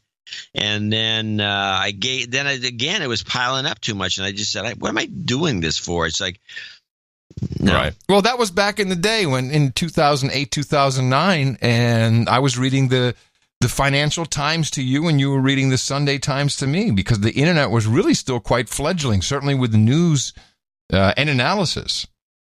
And now we still don't have any news and analysis. Detective Dookie. Detective Dookie. Poop Police. Hey, I gotta... You, Special Poopers Unit. I really got to ask you at this point, what is this strange phenomenon of people pooping in public, people who are not even homeless, who just are joggers? Yeah, now it's become a thing. What is this? We had it. There's a couple of cases, and it seems to be a worldwide phenomenon. Now, this may be Yeah, thank you, San Francisco, for leading the way. We're a cultural beachhead here. I left my poop. Oh, there you go. In San Francisco. Yeah. No, but seriously, I mean, and they're all getting caught on CCTV. Yeah. But these are joggers. Yeah, the jogger one is the best. A woman. It just seems like, and there's people pooping in supermarkets. Is it? But is this a thing? It's not a thing that I know of. I wish someone would explain to me if it was. I think it's part of the Trump syndrome. Well, it could be. I mean, we know about because you brought that to light. There are women in particular who like to poop in their pants. That's like a weird turn on for them. And I don't know why this is coming up other than it's in the news or, what passes for news. It's just, I don't know. And it seems like this like more women do this than men. It's just beyond me. But yeah, the woman in the supermarket with her kid just drop one right on the floor, keeps walking. Yeah. There was a woman who wasn't allowed to use the restroom who got mad and pooped on the floor and started throwing it at the cashier. Like a chimp. And what is going on? Yeah, what is going on? I know I'm just asking the same thing over and over again. This is like a rhetorical question that you keep repeating. Yes, it is. That's not like. It is a rhetorical question I keep repeating. But could it? Yeah, because you're. Could it be? I don't know. I have no idea. I think it's just the weirdest thing. Somebody that's better than us at doing psychoanalysis, because that's not what we do. Right. It should be able to. We have listeners that could maybe explain this. We have a lot of listeners in counseling and psychologists. We have all kinds of people that listen to the show. Well, perhaps one of them can brief us. And maybe it's a combination of things. So or in the case of the poopers, they'd be debriefed. There it is. Thank you. So we know that there are amygdala issues with there are a lot of amygdala issues, but it also turns out that although there's conflicting reports, some reports say, if you're conservative, your amygdala is more active in your natural beast environment, your reptilian you, where you just want to strike out and strike back, and everything is said to you becomes offensive and mean and an attack. And of course, there are reports that say that this is only with the liberal brains. What else have we had? What other brain issues? Well, we know that the smartphones are messing with you with your Pavlovian response mechanisms. Maybe the hippocampus is also being affected, and this was a long report on NPR about, and that's how I got into it, about Keyhole, the company that Google bought, which I think is really the basis still of Google, the actual geolocation, the tracking, knowing where everybody is at any moment in time, who they're close to. I think that's really their magic secret sauce. So they were talking about how that deal came down and where that company came from. But then there was John Hughes. Now, I think he's not a psychologist. He's a particle physicist. In fact, he's one of the Higgs boson guys. But he had something very interesting to say about the use of GPS on smartphones. So what are the upsides, the downsides of GPS technology from your research, from your experience? Well, the upside clearly is you have right in your hands a map of your environment, and it often helps. The problem, as I see it, is the part of our brain which is wired to do voyages or journeys. This kind of thing is something that doesn't get used. And there was a recent study in London of people that navigated through the London streets either using a GPS or using their native abilities. And this part of the brain was completely dark for people that used the GPS and was fully lit up by people who were navigating. The other aspect, which is fairly important and is interesting, is the same part of the brain called the hippocampus is responsible for declarative memory. That is to say, the memories that we use. If you call up the name of your favorite high school teacher, for example, that's a declarative memory. And it's also involved in how we plan for the future. So the idea that we just turn off this important part of our brain is a little scary to me. So you're saying with the GPS, we are essentially ignoring the real world cues that we've always used to get around as humans. We ignore our own internal homing devices, if you will. Yes, that seems to be correct, and it's borne out by a lot of studies by neuroscientists at this point. The other thing, if you think to what it's like using a GPS, you're getting a very narrow window on the world. You're just seeing what the next turn is, and you aren't getting this large picture view. And the way our brains operate is to have kind of a large picture view of the environment, as if we're on a magic carpet hovering over the environment. And we tend to lose this with GPS. Now, I don't think this is very healthy. Well, I have thoughts on this, too. Because I've noticed this, and I try to avoid using the GPS as much as I can. And what I've done is I've reverted back to the idea of printing out the directions. MapQuest, baby. MapQuest. They all do it, by the way. Bing does it. Yeah. Bing has a pretty good Bing's navigation is not bad. Google, of course, which I think has deteriorated over time to the point where it's almost unusable. Google keeps changing their vendors, I believe, but I can't find out because the press division of Google won't talk to anybody. So you ask them that question, you won't get an answer. But Google seems to be deteriorating, and they all have these different systems. But if you go back and you say, well, let's see, what is where is this place I want to go to? And then you look at the map of where it is, and then you look at the different streets and you try to memorize what those streets are, and then you use the map on your computer to see where you're going, and you jump in your car, and then you just go.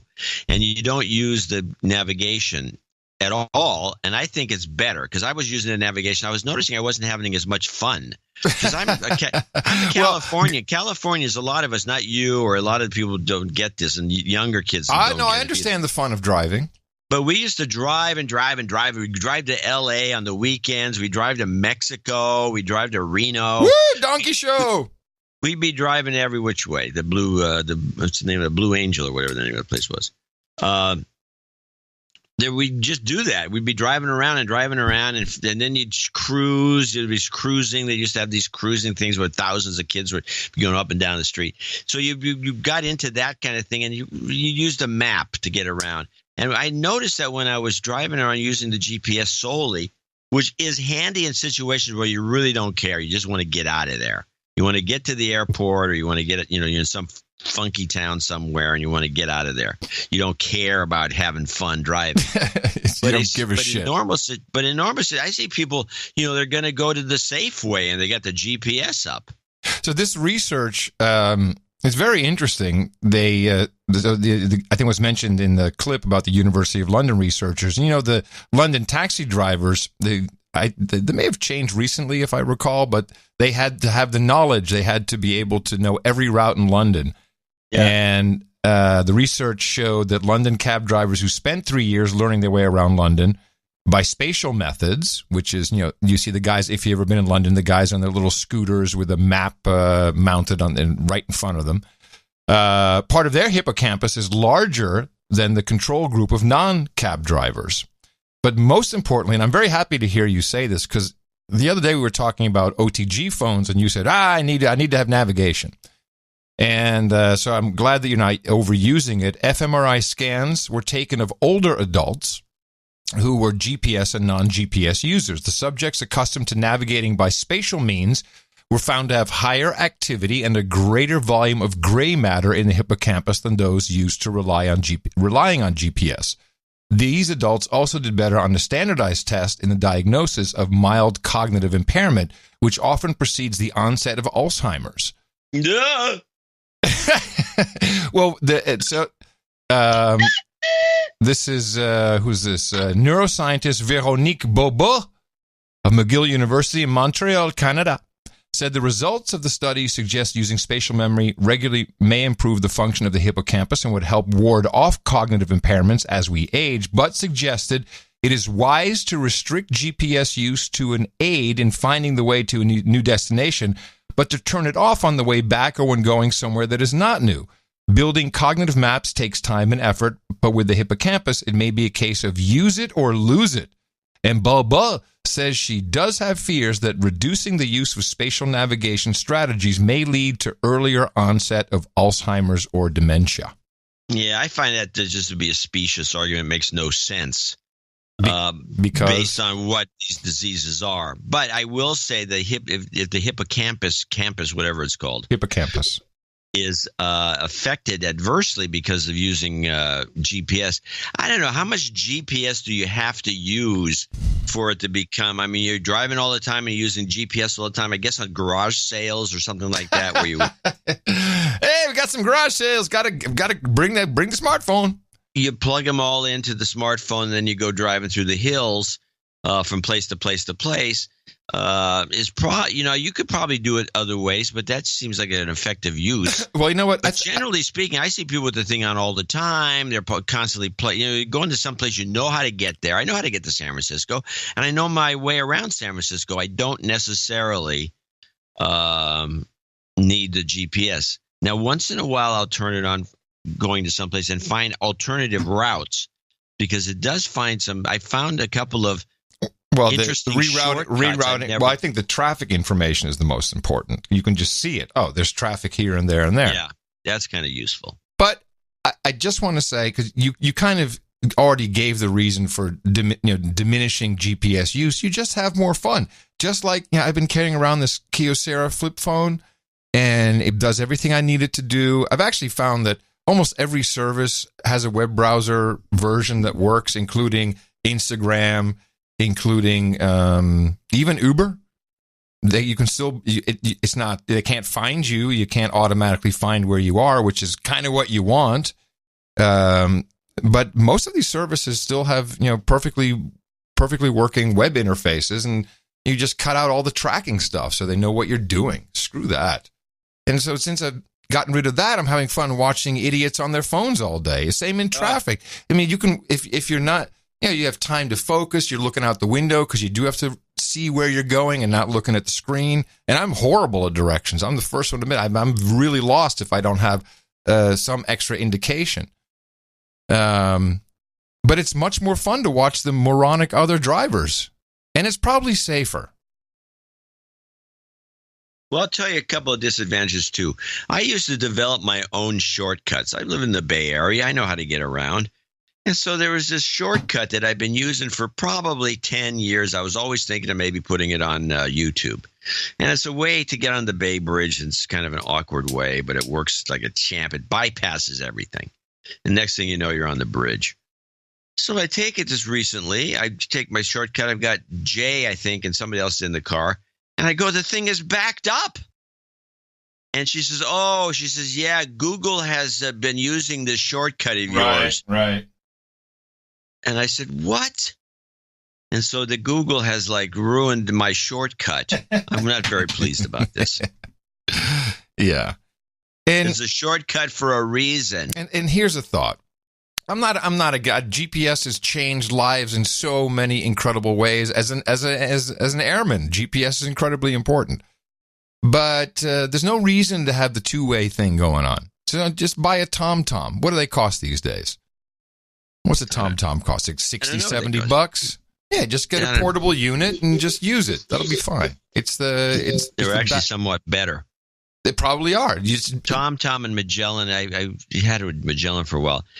They're in some ways they're better because they really they've been working on it and they keep improving it. With Google, for example, it's never better because they keep going from one vendor to another, and the vendor is like sometimes a startup, whoever they can get cheapest, almost like the best price kind of model.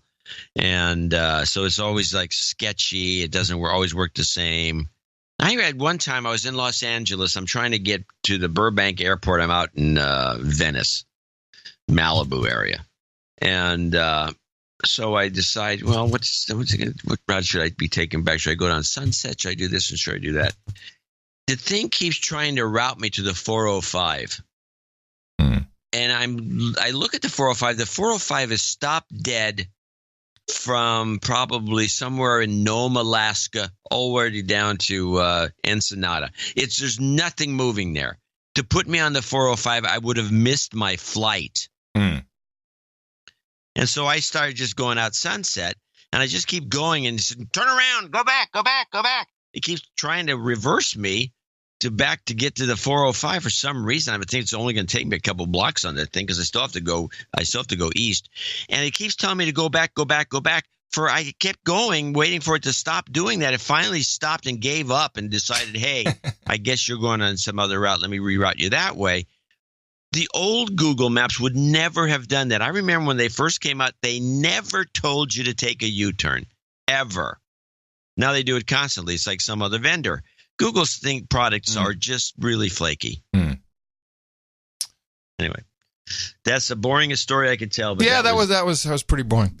But I got a better story for you now. The Frank Abagnale.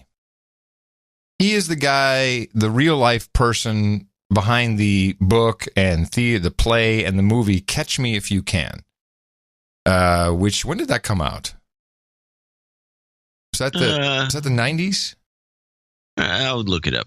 Keep talking. Catch Me If You Can. Now, this was about a kid who at 16 ran away, and he traveled around the world posing mainly as an airline pilot, and he flew for free everywhere, and regulations. 2002. Okay, 2002.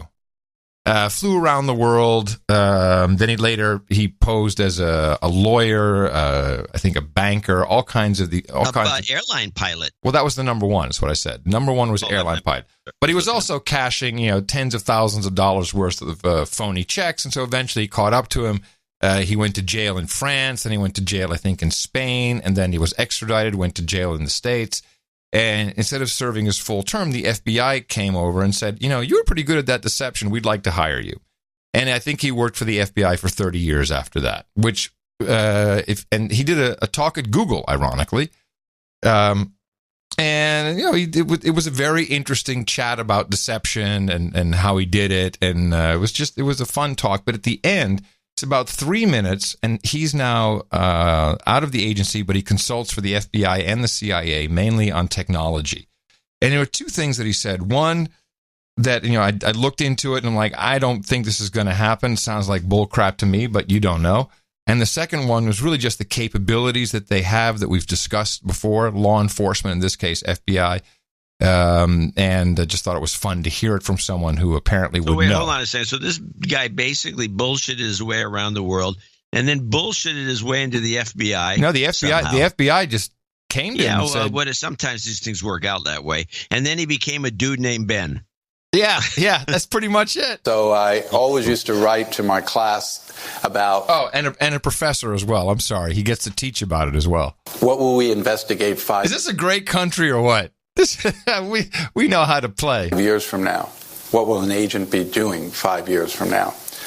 And unfortunately, there's good news and there's bad news. First of all, the good news, we will be doing away with passwords in the next 24 months. Passwords will leave the world. There will be no more passwords. There is a new technology called TruSona. That's TRUSONA, stands for Trupasana.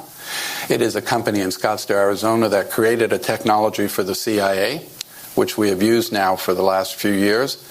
That technology, and I was an advisor on that technology for the CIA, so I'm an advisor on bringing it to the commercial world. But it was the ability for an agent to send data back from the field, such as Afghanistan, on their iPhone, and that Langley would know 100% that is the agent on the other end to 100% identify the person on the other end of the device. That's a level 4 security. So they basically said, what if we brought this to level 2 security, and we did away with passwords? So immediately when they announced that, Microsoft gave them $10 million and said, I'm in, develop it. So Microsoft is going to use it on all their gaming, all their access to their computers, etc.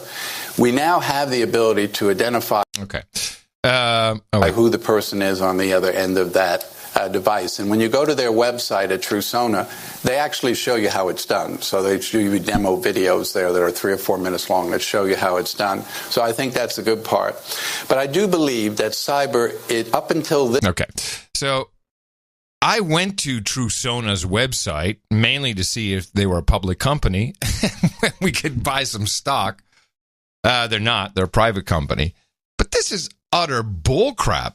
They have a 45-second video, and I did go there, and I did take a look, and their incredible idea is you go to a website, it pops up a QR code on the screen, you scan that with your iPhone, and then it unlocks.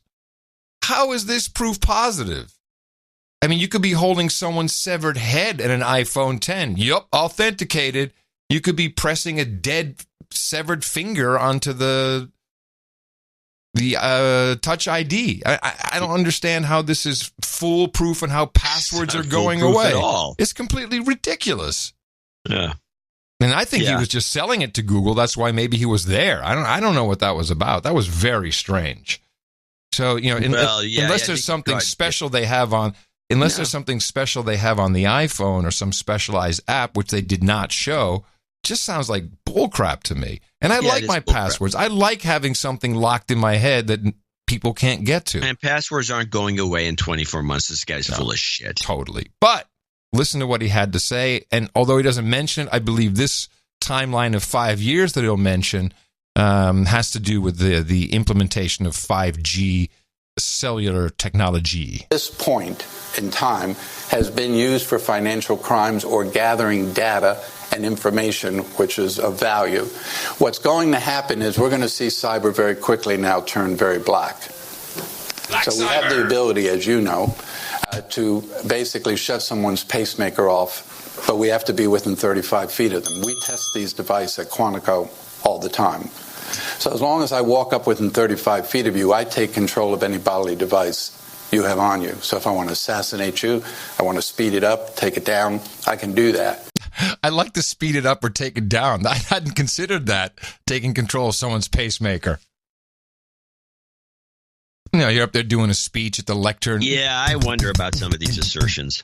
But I believe that in 5 years, you'll be able to do that from 5,000 miles away. We have the ability now that we test that we can chase a car down the interstate. We got to get up within 35 feet of the vehicle. We take over the vehicle. We shut the motor off. We lock the person in the car. We lock the power windows so they can't open them. We can turn on their airbag. Again, 5 years from now, you'd be able to do that 5,000 miles away. Now, this, I think, is plausible. I would right here. I want to pause and do one of the No Agenda tips, because if what he says is true, which is possible with some of the newer cars, you can't do it with my 25-year-old Lexus. No, God no. We have to take you out the old-fashioned way with 50 cal. Yeah, something like that. But you would have, everyone should have one of these. I noticed this. Mimi's got one in the one of the vans we have, and it's sitting there. And I was just, what do you got this for? She says, well, you never know. I can't wait to hear what this is. This death-defying, law enforcement defeating device. Well, in this case, it's one of those little hammers with a little point that's got a diamond head on it, and you pop window it against any window, and it shatters it into a million pieces. Yes, and you can also cut your seatbelt with the handle. I believe so. Yeah, it's a little emergency thing. It's supposed to be if you land in the drink and you can't, all of a sudden your car shorted, you can't lower your windows. So now, this being a No Agenda tip, let me ask you a question. If law enforcement is after you, they lock your car, turn off the engine, lock the windows, deploy the airbag. Do you think it's a good idea to bash the window and run away from your vehicle? Do you think this is a good idea? I think these guys are talking about assassinations. Well, that's true. Yeah, I would say if it's from 3,000 miles away, nobody's chasing me. There's somebody playing a prank or they're trying to kill me or harass me. Maybe I want that little hammer. Maybe we need no agenda emergency hammers. They're available. Go buy one at the No agenda store. Branded. Yeah, branded. We've already decided not to start branding stuff. With a whistle on the other end. Well, you need to... and a light. So, yes, our electrical grid used as a terrorist tool, the ability to shut down an entire system, shut down an entire banking system, those are all the things that, unfortunately, we'll be dealing with in the next 4 or 5 years as cyber starts to make that turn. And it's not like Professor Ted predicted that or anything. To the very black side of cyber, not just about stealing money, information, and data. Today, what we have is we develop things. So we say to you, here's a device you put in your kitchen, and then you can talk to it to tell you, ask what the weather is, what's on TV tonight, all of that. I could easily reverse that and listen to everything you say in your house. There are so many weaknesses in your home. Your security cameras are access points, your remote control on your TV, your Samsung television, your refrigerator that tells you how much milk is in it. My thing is, I really don't need my refrigerator to talk to my toaster. He's imagining that there's a house that uses these devices. Nobody does. Just listen to what he says, though. You stepped on him making your point. Yeah, well, you back it up. You can talk to it to tell you, ask what the weather is, what's on TV tonight, all of that. I could easily reverse that and listen to everything you say in your house. There are so many weaknesses in your home. Your security cameras are access points, your remote control on your TV, your Samsung television, your refrigerator that tells you how much milk is in it. My thing is, I really don't need my refrigerator to talk to my toaster. They've gotten along for a long time without ever having a conversation. But what happens is we develop something, we get real excited about, we gotta get this to the marketplace. And sure enough, we never look at the negative side. All I try to say to a technology company, yeah, this is great. Now, can you take a little time to just say, how would someone use this technology in a negative, self-serving way so that we build the block to that before we ever give it to the public to use it?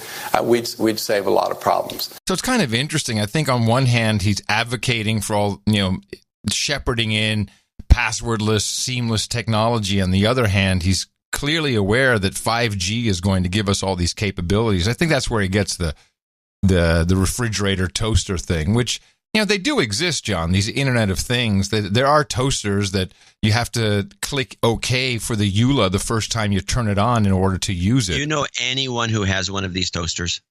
On Twitter, yeah, but not personally, no.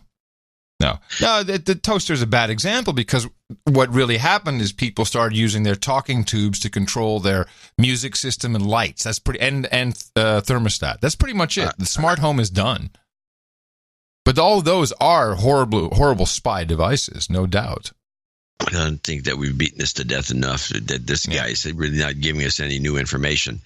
I would say I thought that he was going to talk about the dangers of 5G as a technology in general. The frequencies of 5G, the fact that you have to have those things everywhere. I'm reading that firefighters, the firefighter union has blocked firehouses from having 5G sites on them because they did some tests and firefighters were feeling down, woozy, and they had headaches. It's going to cause tinnitus. The 5G, from what I can tell so far, and even though I haven't really looked into it to the extent I should, if I want to pontificate about it, but I haven't heard anything good about the technology per se. No. Oh, yeah, you get more bandwidth, and it's great for the Internet of Things for some reason. No, it's great for more tracking. And it's probably fantastic for tracking. And you can always find the person's pacemaker. Yeah, that's the idea. Well, it also... I got another moneymaker then. There's this cloth, Faraday cloth, that you can use. You buy suits and shirts. Yeah, made out of this Faraday cloth. Just have what are you going to do for your head? Well, it's not the pacemaker's not going to. I mean, you want to protect the pacemaker. Oh yeah, okay, yes, all right. No, for your head, you're gonna have to wear aluminum foil. That's so you wear the Faraday suit with the tinfoil wrap. Yeah, tinfoil hat. Great. And then you have your little no agenda hammer. On one hand, if you slap Just it down, in case. it goes, "Stop the hammering!" And if you blow on the whistle, I mean, we got some great products lined up for the fall season. Mm-hmm. Just like Nutrisystem, who have done exactly what you'd expect them to do. Well, I don't even want to give it away. I'll just play this commercial. Can your DNA help you lose weight? Introducing the all-new DNA Body Blueprint from Nutrisystem. For a limited time, save 50%. Discover how your metabolism affects your weight loss and what to do about it. For me, bread is on the menu. Nutrisystem is America's only food delivery service with 45 years of safe and effective weight loss results. And your favorite foods made healthier delivered to your door. Call or go online right now to lose up to 13 pounds and 7 inches in your first month. Lose weight fast. Money back guaranteed. Plus, get 1 week of Turbo Shakes free to help shrink your belly. For a limited time, save 50% off the all-new DNA Body Blueprint. Let your DNA determine the blueprint to lose weight successfully. There it is. So we've always heard the DNA will have personalized medicine. You'll be able to fix yourself on a highly individualized, personalized basis. And what do we see roll out? Fucking frozen burgers from Nutrisystem with your DNA blueprint. Are you kidding me? Is that the level of technology that we're talking about? Everything's a scam. This is truly a scam. And I think they're setting themselves up for lawsuits. I think it's a very dumb idea. I'm sure the lawyers, this is a big company. They lawyers went over this, and there's no lawsuits going to happen. Well, I think that it's opening up the market for DNA tests with specific, how about this? To find out if you're suitable for listening to the No Agenda Show, take the No Agenda Show DNA test. We'll let you know if this will be beneficial or detrimental to your health. Yeah. I think that's a great idea. I'm going to show my support by donating to No Agenda. Imagine all the people who could do that. Oh yeah, that'd be fab. Yeah, on No Agenda in the morning. Yeah, we do have some people to thank for show 1053. Beginning with, right over here on this list, Sir Cal of the Lavender Blossoms again. Woo! He's coming in a lot. He must be doing well. What's the name of it? What's the website? Lavenderblossoms.org. .org. And he needs some rain. $61.80. He says, your show is golding. Golding. I'm blowing the joke right there. Yep. Your show is golden, just like phi. 1 point or pi. It's 1.618, whatever. Blah, blah. It says phi. Anyway, I need some rain, please. We shook the stick. We shook it earlier. And we can't shake it again. We can't. No, it's too dangerous at this point. Sir Kelly Spongberg, we haven't heard from for a while in Rocky Mountain House, Alberta, $111.11. Wishes travel karma for Dame Andrea. She returns home from a Scandinavian island in the Pacific Ocean. What could that be? Victoria is an island. Sounds like military to me. Vancouver Island, Vancouver Island is an island. And it's in the Pacific Ocean, kind of. Sir Milkman. I don't know if it works this way. Going to Vegas, gambling karma in exchange for the customary 33% cut. Did we have a deal with him that I'm unaware of? I don't know, but he donated $101.01. Going gambling karma. That's an interesting one. I think we should just drop some gambling karma on him right now as a test. You've got karma. All right. It should work. We'll see. Yeah, may or may not. Michael Reeves, $101. Making this donation on behalf of Liberty Larry on his birthday, who has never donated in years of listening. Douchebag. He'll be technically no longer a douchebag because he's going to donate in his name. Here we go. You've been de-douched. There you go. Okay, onward. Ian Field from the UK, $100. Daniel J. Armstrong from the Alabama, some base there, some Army, Navy, Air Force base. Dude named Muhammad Ali, 8008. He says, I'm all in for no border, no nations. Everything becomes halal. Oh, man. I love our dude named Muhammad Ali. Pork. Yeah, I love our dude named Muhammad Ali. He's got the right humor, man. Well, he's got the right humor, but I halal goat is fine. Matt in Lincoln, Nebraska, 6969. He says he'll send me a Nebraska hoodie. But unfortunately he's already worn it. Oh. It's laundered twice. What do I want an old one for?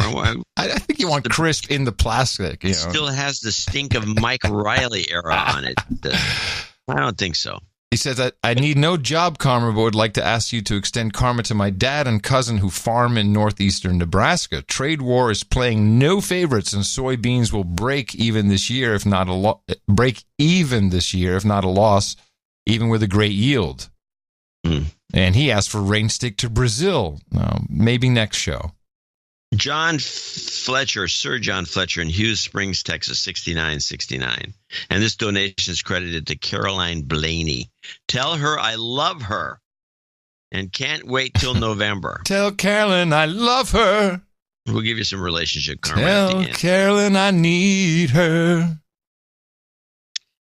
Does anyone have an auto-tunes program that we can use? Tell Carolyn not to cry. My Donald love for Napier, $6.60. James Melcher in Honolulu, Hawaii, $60.09 is lopsided boobs. He was just some note here. It's his 21st birthday today.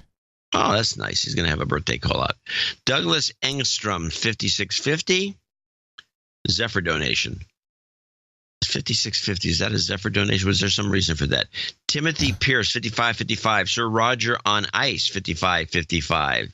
Best newsletter yet. Sir Josh Mandel in Greenville, South Carolina, 5510. Alina Marvinova, Alina, 5510, and she's in Norway. Oh yeah, Andromeda. Chris Engler, $53. James Moore in San Pablo, California, $50.05. Glenn Spangler, $50.05. I will mention that I failed to get the checks for this show, so they will be moved to the next show. Oh. The post office closed on me. The following people are $50 donors. I love how at a certain point in your life, you're not late for something, just the post office closed on me. Those assholes. It did, yeah. Yeah, you weren't late. They just closed on you. I got it. If they were open.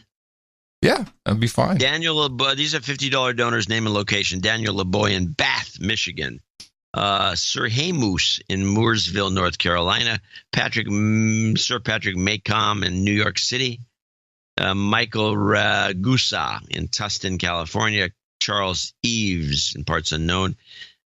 Kevin McLean in Port St. Lucie, Florida. And last but not least, Lorraine Converse in West Lynn, Oregon. I want to thank all these folks for helping us here.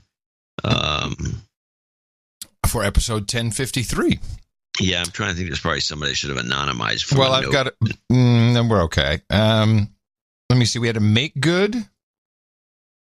Or let me see who this is for. Sir GQ, Baron of Maryland. We always like to help our peerage out. You two have been consistently outdoing yourselves with each show. Keep it up. The universe needs its best podcast. Please apply. Oh, yes, this was the Dvorak Get Out of My Vag karma.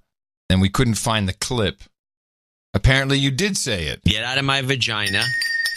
Yeah, it was a list from somebody requesting karma. I know. They basically did. It was a ruse. It was a ruse. You never said it, but then they recorded us talking about it, and now we just played it. It was a great ruse. Yeah. Well done. Well done. See, do we have anything else? Yes, F cancer for Void Zero's mother-in-law, stage 4 lung cancer. Well, that sucks. That's the pits. So, and jobs karma for people who asked for it. So here it comes. Jobs, jobs, jobs, and jobs. Let's vote for jobs. You've got karma.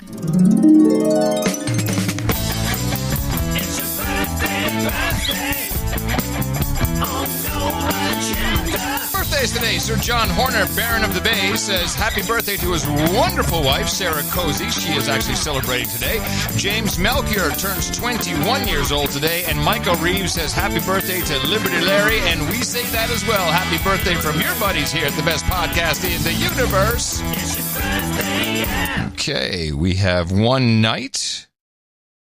So we'll grab my blade for that. If you've got your blade, we can bring this person up. Pafunk, come on up to the podium, my friend. You are about to join the Knights and Dames of the No Agenda Roundtable for your support of the best podcast in the universe, the amount of $1,000 or more. And I'm very happy to pronounceate you, Sir Funk of the Trolls. Hookers and Blow, Red Boys, and Chardonnay at the table for you, along with your requests, Early Times and BF4, Cross Ship and Cane Breaks, Boba and Stinky Tofu, Cooper's Ale, and Kanga Bangers. We got chilled Polish potato vodka, bourbon and bong rips, trophies and tire smoke. We got kebab and Persian wine, bong hits and bourbon, sparkling cider and escorts, ginger ale and gerbils, breast milk and pablum, geishas and sake, and mutton and mead. A lot for you, but it's all there at noagendanation.com/rings.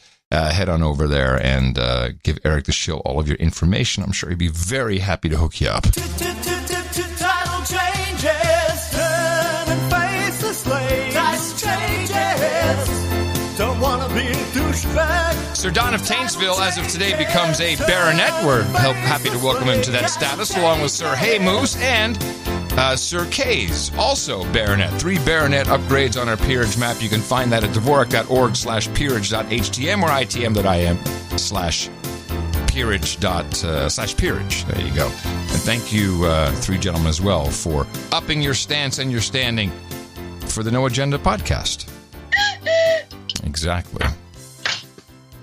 Let me see. What else did we have here? I got a thing, a good one.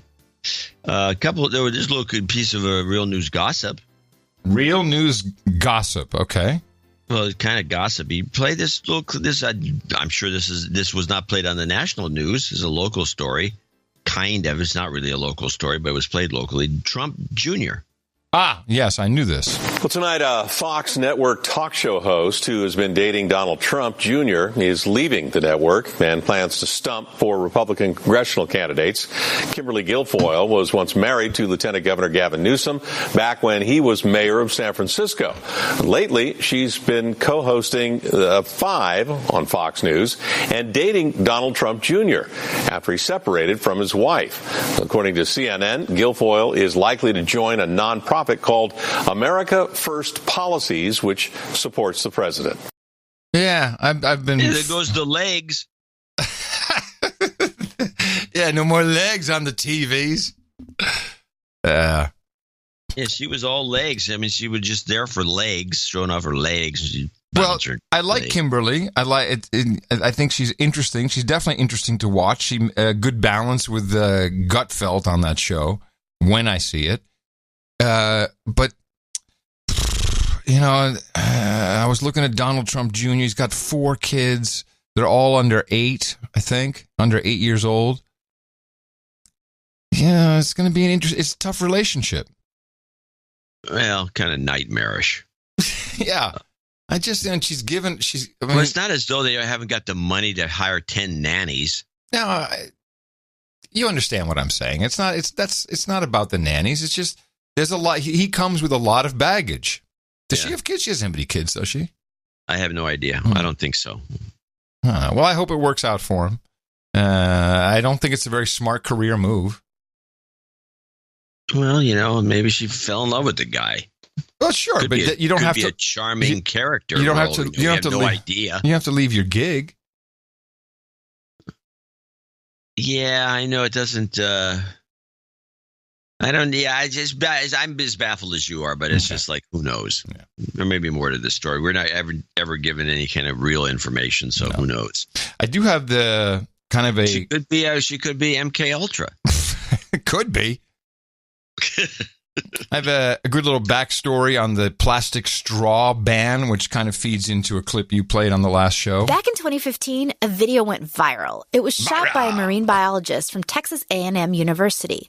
It showed researchers trying to remove a plastic straw stuck up a sea turtle's nose. I don't want to pull it if it's like attached to a brainstem. Yeah, that's about exactly what I think. So it's a freaking straw up her freaking nostril.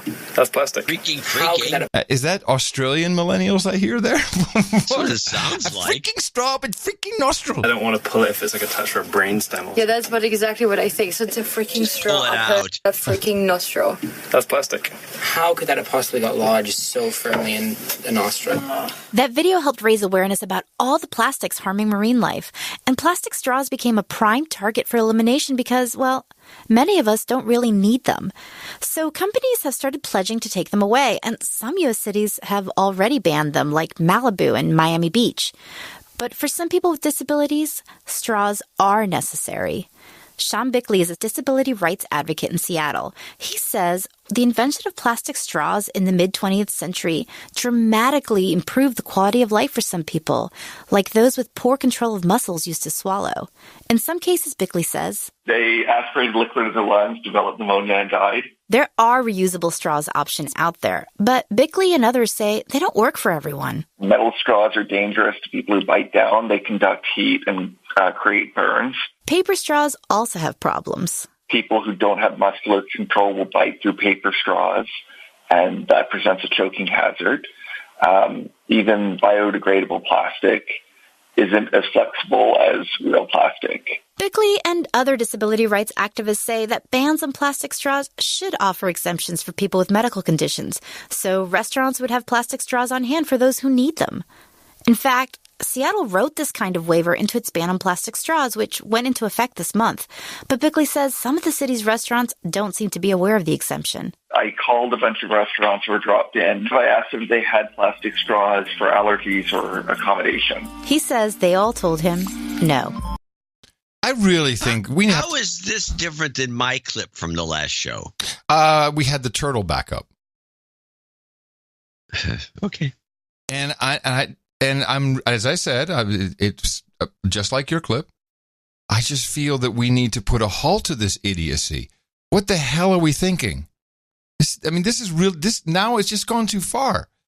This one turtle had a straw up his nose, and everyone's lost their shit over it. We need to ban turtles from putting straws in their nose. That would make more sense. This is a stupid movement. It's gotten worse. We're using more plastic. People who actually straws are handy. It's gotten worse. I don't really have a problem with going to paper, but because I used to use paper when I was a kid. Now, but what's gotten worse is now, especially around here, they've decided they're going to take a hard look at toothbrushes. Toothbrushes, yeah, they're plastic. Oh, we need now. Remember I tried to create a new meme with the swizzle stick? And you said that the train has left the station? Now we can do the turtle with... Maybe we shouldn't use a turtle. Turtle with a toothbrush up its butt. We got to have... No, it's got to be really nasty. I like maybe a fish with a toothbrush out of its eye. Ugh, or sticking... I don't want to gross people out. It's bad enough with the turtle. Okay. How about sticking out of his gill? Oh, God. Let's see if we can do it. Let's see if we can get plastic toothbrushes banned. Come on, we got great artists. Do something. Okay, artists, you're on your own. Go for it. Plastic toothbrushes. Evil. We need to call them out. We need to call out these companies. But by the way, what replaces a plastic toothbrush? That's the problem. I know what replaces the straw. The no agenda electric toothbrush? Just made of plastic. Yeah. I'm so tired of this. It's just, well, I guess it kind of plays into this then. I'm sure you heard this report. A minor League Baseball team is playing on the stereotypes of millennials. Don't drop the ball. In an attempt to draw more young people to a game this weekend. Hi, how many tickets are you looking for? Offering what the Montgomery Biscuits identify as millennials' favorite things, ranging from avocados to selfie stations, a section for napping, and don't forget the participation ribbons. 80% of the people in our front office are millennials, myself included, and we're just having some fun with some of the cliches that people point out about millennials. But the very crowd it's seeking, it's upsetting, igniting an eruption of backlash on social media. More than targeting millennials, it's sort of targeting older generations who like to make fun of millennials and like to say that millennials don't like working and don't really like caring for themselves. Though for every angry comment, another appears to fire back in defense. One person tweeting, "Bravo biscuits, you know millennials won't dig in unless it's gluten-free." The team itself is made up of millennials, none of whom are even remotely offended by the theme night. I don't think they meant anything sour by it or to sort of to cast a negative light on the next generation at all. I think they're trying to make light of it. If it's insensitive, then maybe they should just have thicker skin. Earlier this year, the Lexington Legends faced similar criticism for their millennial night before reporting. Wait, before I play the rest of the clip. First of all, I love that the millennial reports on the millennial story, and she actually says gluten. Gluten. She can't. What is this? What did T do to everybody? The T is an important letter. Why is everyone pissed off at the T? Putin, gluten, Putin, gluten. Layer. So, to me, this was very telling, this clip, not so much as just funny, because I think it's a very funny idea. I like the humor of it. That's American humor. We're very good at it. What I saw with this report is that it and you'll hear in a moment, it not only did it not affect people who went, it actually brought more people to the event. But that the outrage, sorry? I'm saying that was the idea. Oh, yeah. Well, you'll hear exactly that because, of course, it was a PR stunt. I mean, it's obviously a PR stunt. But what I noticed is that the outrage was all on Twitter. They were just showing all the tweets and people just angry, yelling at each other. But then in real life, it really wasn't that big a deal. And, of course, these bombs, these little nuggets are launched by PR companies into the machine, and then it bubbles up very quickly. And I think the job of most journos these days is just trolling on Twitter, because all I really ever see is blue check marks saying, "Hey, can I use that picture? Hey, can you contact me? Hey, anybody? Hey, do you know about this? Ooh, please DM me so we can talk about this." Ooh, you know what I mean? It's like they seem to just be looking for stories on Twitter. Well, I find it just as of a few years back when I started bitching about the fact, and I think we had some segments on it, where they won't even get quotes. They just quote people's Twitter accounts. Oh, yeah. Well, exactly. They just take and he pictures. said on Twitter, and then Trump has made it worse by institutionalizing it. Yes. It's become the reporting is just reading the tweets. You're right. Which is probably why we've backed off from it. That. Right. So the outrage, and you're seeing this happen in everything, and the mainstream is, and you can see the flow. It's very direct. Someone starts a shitstorm. It's online. You have to do it on Twitter. That's the place. Facebag doesn't work for this. You got to do it on Twitter. It hits trending. The journos go look at it, and then they make that their news report because it's basically free content. You've got everything you want. It's written for you. You just read out the tweets. The outrage is there. You maybe just do a stand up, drop your T's, and you're good to go. You got a beautiful report, which is funny. Beautiful. Beautiful. But all this outrage lives online, and I think people could really improve their health by just tuning out a little bit, tuning out, dropping out, tune out, taking acid. Yeah, tune out a little bit. Well, I have a clip that's got a. Let me just play the last bit of this. You can hear. I thought you were done. Earlier this year, the Lexington Legends faced similar criticism for their millennial night before reporting increased attendance at the game. From a PR professional's perspective, they're kind of accomplishing what all of us want to accomplish, and that is people talking about your organization, not only here locally, but, it's got a lot of reach outside of our own community, outside of our state as well. Set, go! There you go. That's what you want. You want people talking about you. It proof that the mainstream is nothing but advertising for everything. Even the stories are advertising. Well, here's a good one coming up. This is just a quick one clip. We all are familiar with our Silicon Valley culture and fine operations like Kleiner Perkins. Yes. Hashtag #MeToo, red round way. If you don't think there's going to be some humor coming down the road, play the Ellen Powell clip. Tonight, the story of a Bay Area tech executive who some see as a pioneer of the Me Too movement is coming to the small screen. Netflix and Shonda Rhimes have bought the rights to Ellen Powell's memoir. It tells the story of her failed gender discrimination suit against venture capital firm Kleiner Perkins back in 2012. The lawsuit put a spotlight on sexual misconduct in Silicon Valley. Oh, God. Don't you think this is going to be a laugh riot? I would have expected that to be one of the first Obama productions, honestly. That would have been perfect. Now, did you hear that clip? I keep hearing her saying Spencer Capital instead of venture capital. Oh, I'd have to listen to it again. The Facebook CEO. Oops. That's my clip. Hold on. Ellen Powell. Yeah, let me try it again. Tonight, the story of a Bay Area tech executive who some see as a pioneer of the Me Too movement is coming to the small screen. Netflix and Shonda Rhimes have bought the rights to Ellen Powell's memoir. It tells the story of her failed gender discrimination suit against venture capital firm Kleiner. It sounds more like Fencher. No, she's not pronouncing it correctly. She will be fired.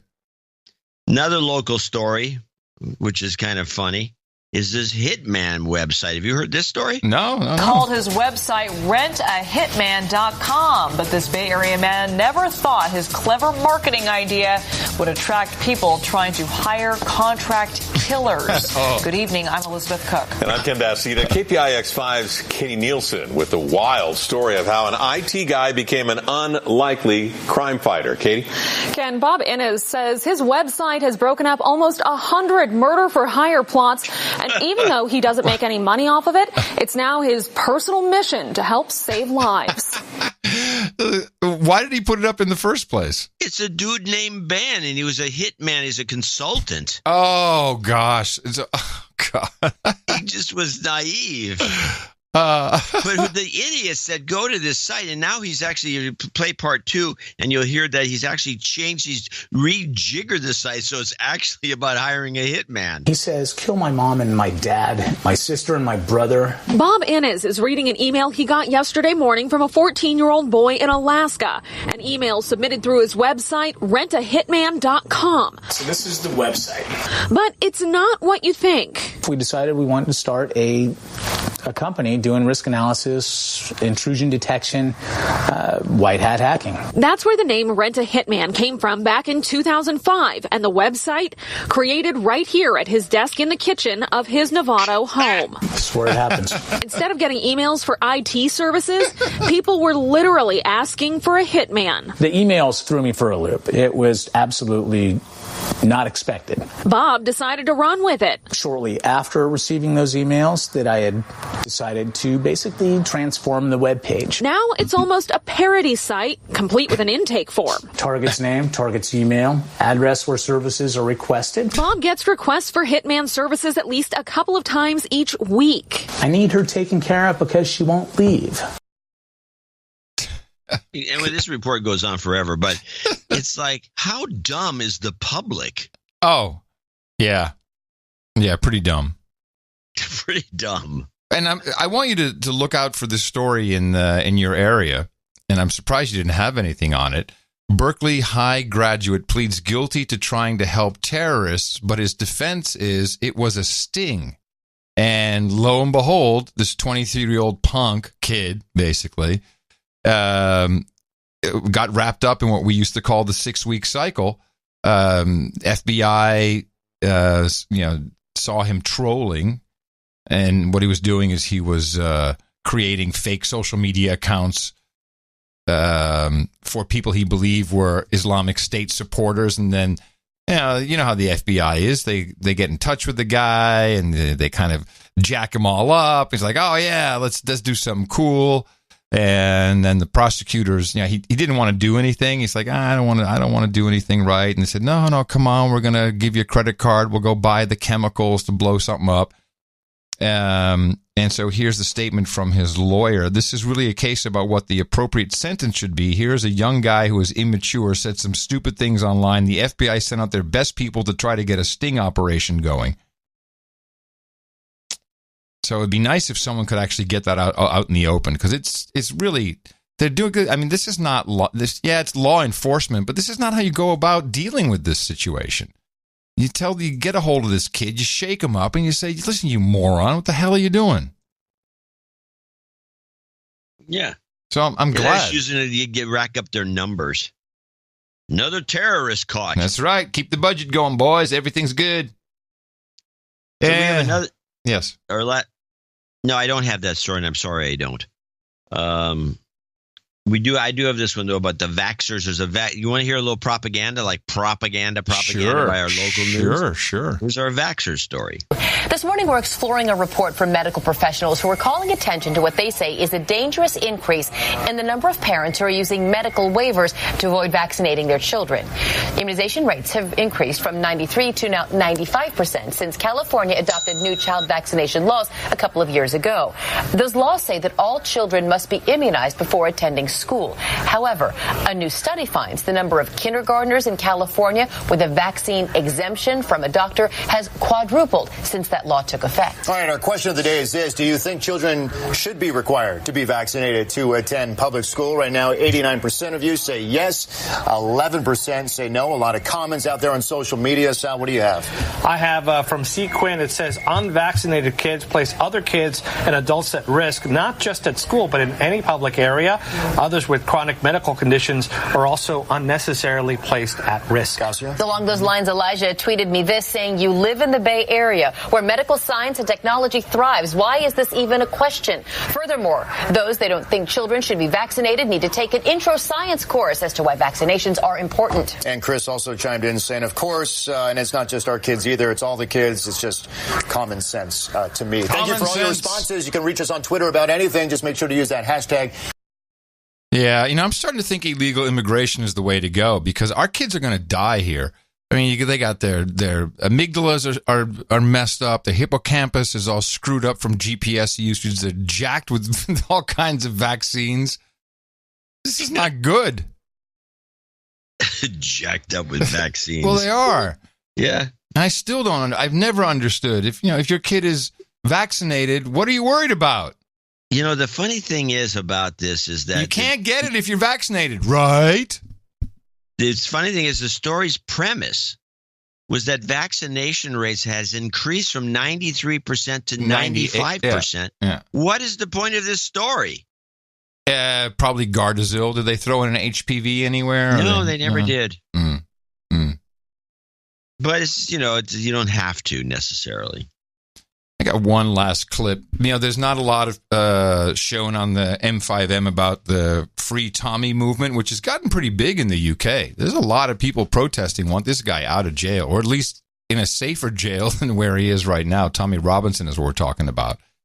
And the BBC is seen as the enemy of the people in the UK's. Before you play this story, this is you want to give a little background on this because I don't think everybody knows about it.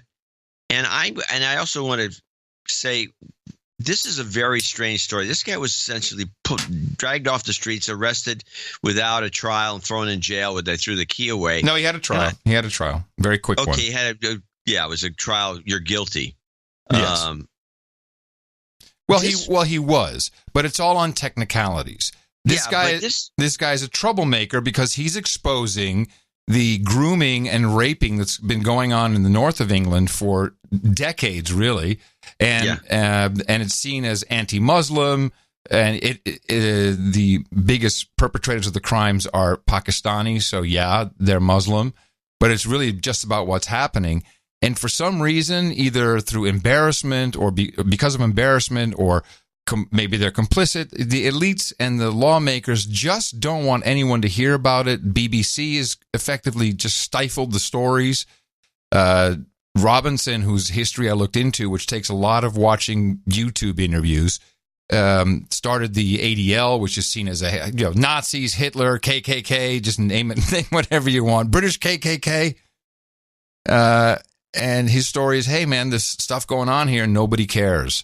And there's plenty of victims who've spoken. There's just tons of victims. There's a very screwball story. And this, to me, the way they grabbed him and tried him. I'm sorry, the EDF, not the ADL. The EDF, English Defense. Yeah, not the ADL. EDL, that's what it is. EDL. It looks a lot more like an extraction than it does anything else to me. Interesting. Huh. Well, he's been thrown in jail before, and that was no picnic, and it was not an extraction. Yeah, well, we don't know that we don't even know he's in jail because they won't let anyone see him, including his lawyers. Well, Sir Brian of London, I think, has spoken to him on the phone. He's pretty close to him, and I'm pretty sure he's really in jail. Okay, well, the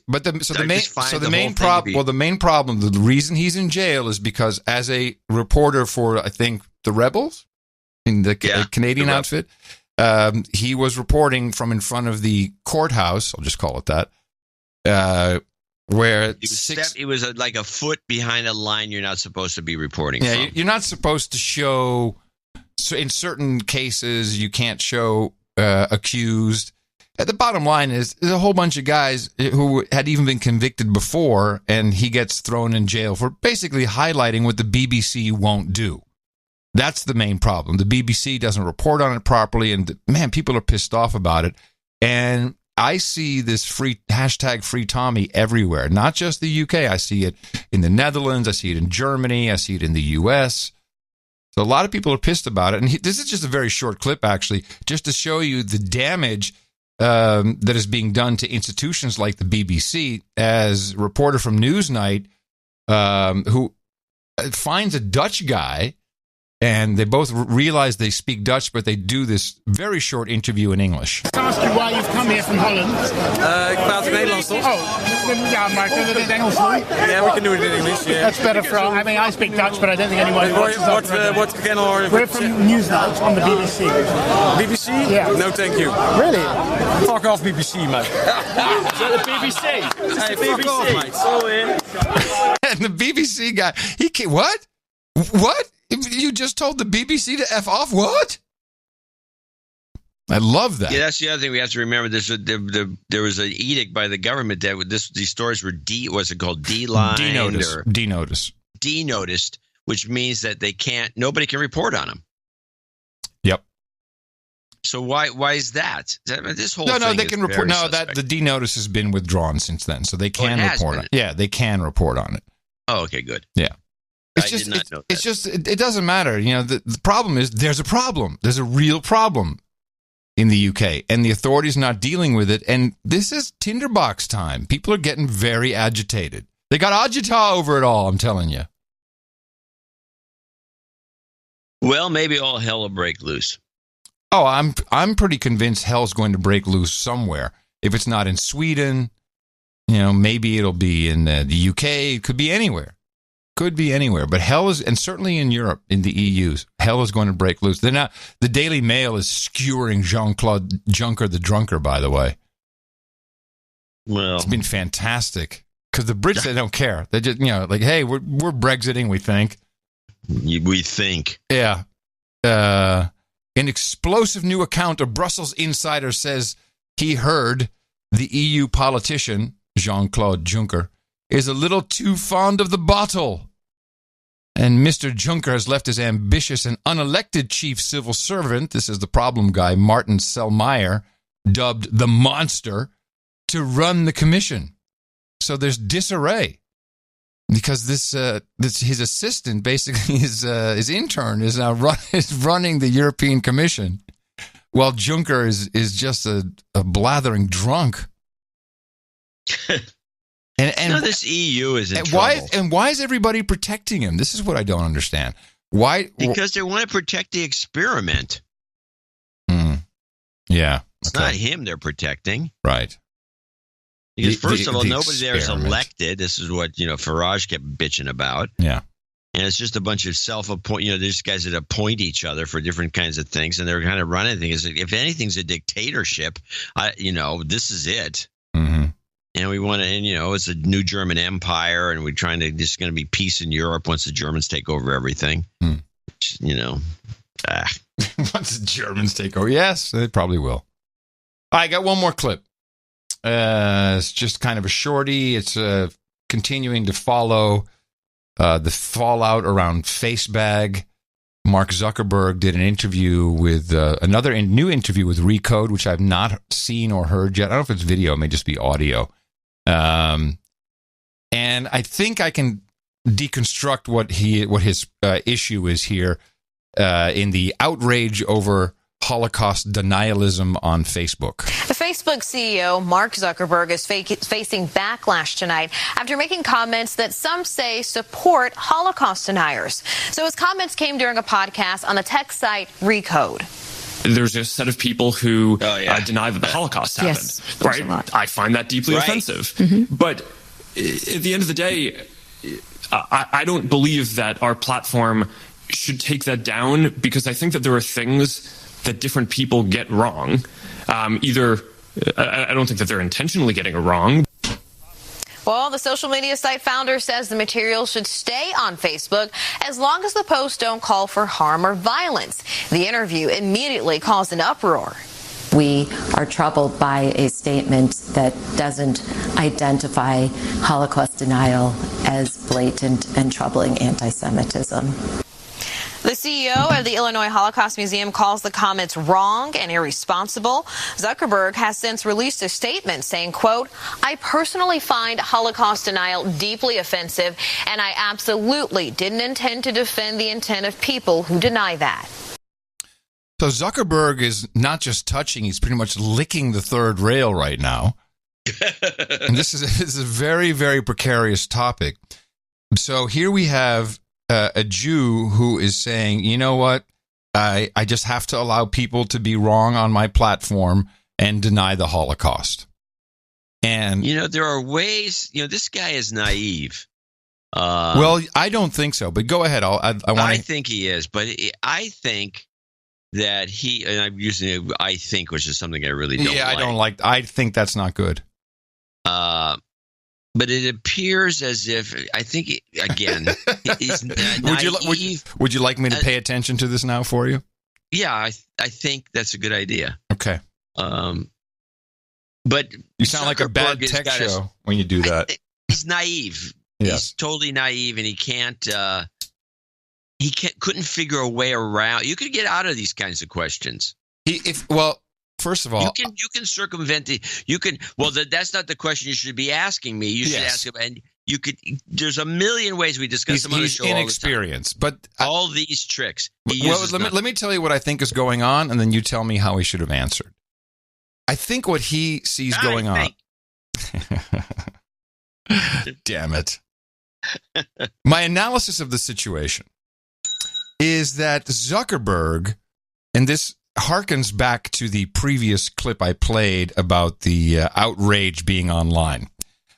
It is my belief that Zuckerberg knows the incredible activity he's getting is from a minority group, and that would be mainly left-leaning, left-thinking people.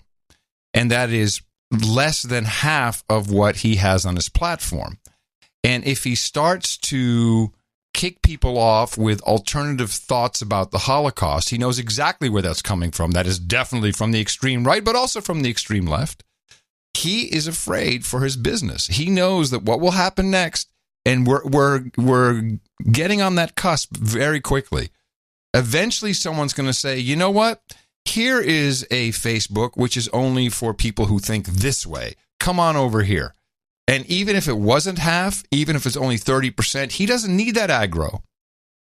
So that's why I think he's couching it, because he knows they will leave. He sees the numbers. He's got insight to this. There's no other reason. He's a Jew. Just say, yeah, screw it. We can't have that. That's fake news. That fake news has been around for 40 years. No, 60 years. He could have said that. 80 years. Jesus.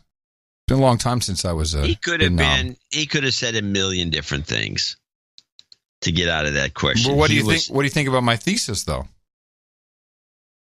Oh, your thesis is the following. He looks at the numbers. He sees the potential for disaster, even though by my count in insider trading, he's already taken out, I think, $300 to $400 but it's not about him. Yeah, it's not about him personally. But this is his baby. You think that he's worried about that, and he's fumbling around trying to save the platform from interlopers. Yeah. It's as good a theory as any. I can't see any other reason. What you're trying to do is explain his stupidity. Yes. Not being able to handle the question. Yes. That's exactly what I'm trying to do. Why is he so stupid? Because he can't be stupid. He's got to be smart. But this is not, I agree with you, it's still not the way to handle it. Very odd. It's like Gates was the same way. They're both that way. They have issues. All right. I have a couple. I just have the Bernie and AOC. For some reason, Bernie Sanders goes to Kansas with this woman. With AOC? She hasn't been elected yet, and she's already traipsing around. He's keeping her close. Okay. Well, I think she is his protege at this point. Bernie likes the dark young ones. Well, let's play these two clips and we'll be done. Sanders and New York Democratic candidate Alexandria Ocasio-Cortez, they were both in Kansas Friday, stumping for congressional candidate Jim Thompson. I want to play a bite for you from that. I am so proud of everyone who is here in this room today because you are carrying the candle of hope for this country. Wait, what did he say? You are too. Oh, that's nice. Candidate Jim Thompson. I want to play a bite for you from that. I am so proud of everyone who is here in this room today because you are carrying the candle of hope for this country. You are too. Oh, sweet. We love you, AOC. Because back then, the people of Kansas were the tipping point for the future of this nation, and today they are again. And we say to Trump, instead of showing us your strength by tearing children from their families, where was your strength in standing up to Putin and Russia for undermining American democracy? Putin! Molly, how concerned are establishment Democrats about their position and the way they're positioned right now with the party, and then this rise of sort of these progressive Democrats that people weren't really watching in the lead up? Well, there's those quotes were so rich with reaction on all parts and how they're playing on Capitol Hill. In particular, Alexandria Ocasio-Cortez, she's not making a lot of friends in the Democratic Party on Capitol Hill. Democratic lawmakers who met with her and who are not very happy that, obviously that she defeated one of their own, essentially, Joe Crowley. But in addition to which, she's actively backing and endorsing more liberal candidates in Democratic primaries against sitting members of Congress, and that's sort of a no-no. And, when we were talking to several Democratic lawmakers, they said, well, when she gets to Capitol Hill, she'll realize that things are a little bit different if you don't have friends. I liked her and Bernie teaming up. I think that's very smart for both of them. Well, when they go on with this analysis, which is one of the overnight shows, they make it clear that Bernie had a bad time of it, and probably I started thinking about this. Probably some of the reasons that the DNC, which was really never discussed, kind of submarine Bernie's campaign is because the Democrats always hated Bernie. They just hate the guy. Yeah, he's not a team player. He runs as an independent. There's no reason to give him any support. His wardrobe sucks. There's a lot of things. Never combs his hair. It seems as though maybe the thing blown out of proportion. The Bernie supporters were, the Democrats were glad to have a bunch of these kids get all worked up and maybe get into the campaign, but they didn't like Bernie. personally at all, but let's play part 2 and then we can finish. Senator Sanders, I want to ask you, because I know you've been active recently on this issue and concern you have about Russian election meddling. Vladimir Putin was invited to the White House this fall. The Secretary of State says the invitation has not yet been confirmed. Do you think it should be withdrawn? Look, the truth is it's hard to comment on anything that Trump says because he could change his mind tomorrow. But I will tell you that I was absolutely outraged by his behavior in Helsinki, where he really sold the American people out. And it makes me think that either Trump doesn't understand what Russia has done not only to our elections, but to cyber attacks against all parts of our infrastructure. Either he doesn't understand it, really, or perhaps he is being blackmailed by Russia because they may have compromising information about him. Really? Or perhaps also you have a president who really does have strong authoritarian tendencies, and maybe he admires the kind of government that Putin is running in Russia. That's on today's Face the Nation. That'll be playing as we speak. It's checking off the old Trump boxes. And this is such a contrast to what we heard at the beginning of the show when I brought out the real lefties who are not singing this song at all. This is Bernie just playing to the audience. So he's lost all his original thoughts, sadly, because he had some good thoughts. He had some thoughts that people turned on to. There's nothing original in anything he said, and now he's doing stumping with the AOC was another one. So he's pathetic. He's just latching a wagon on. That is very pathetic. And she can't be his vice presidential candidate or anything like that. That's impossible. Age-wise. I'm not, you don't know what's going on. Yeah. You had to be 35, don't you? Or more. I forgot what the age is. I think it's 35. It's not her age. I know she misses it. No, that's for sure. Look, all I know is my tip for the M5M is you better get on Bill. You get the HAG team out and get Bill out of the way so you can do 6 months of retrospective, because the Republicans are looking at George H. Walker Bush and saying, hey, we could have 6 weeks of retrospection. Oh, they're both trying to hold out the one who's going to die last. That's it. Who will die last? There you go. Mark my words. Someone's got to go before November.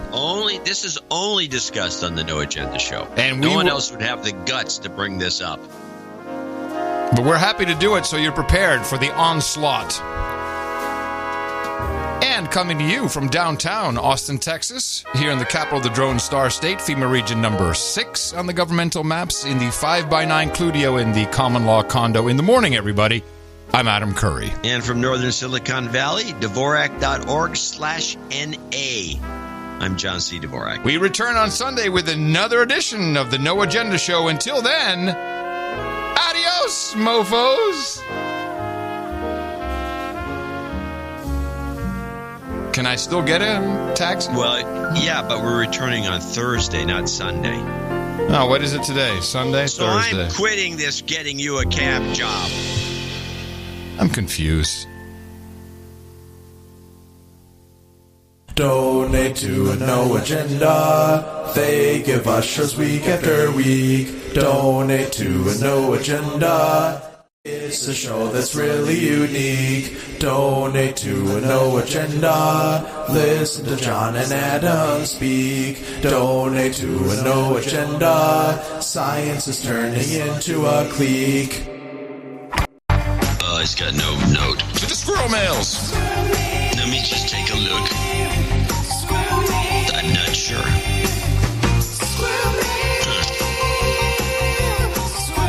Oh, wait, stop. I put too many M's. Again, nothing. No. Still nothing.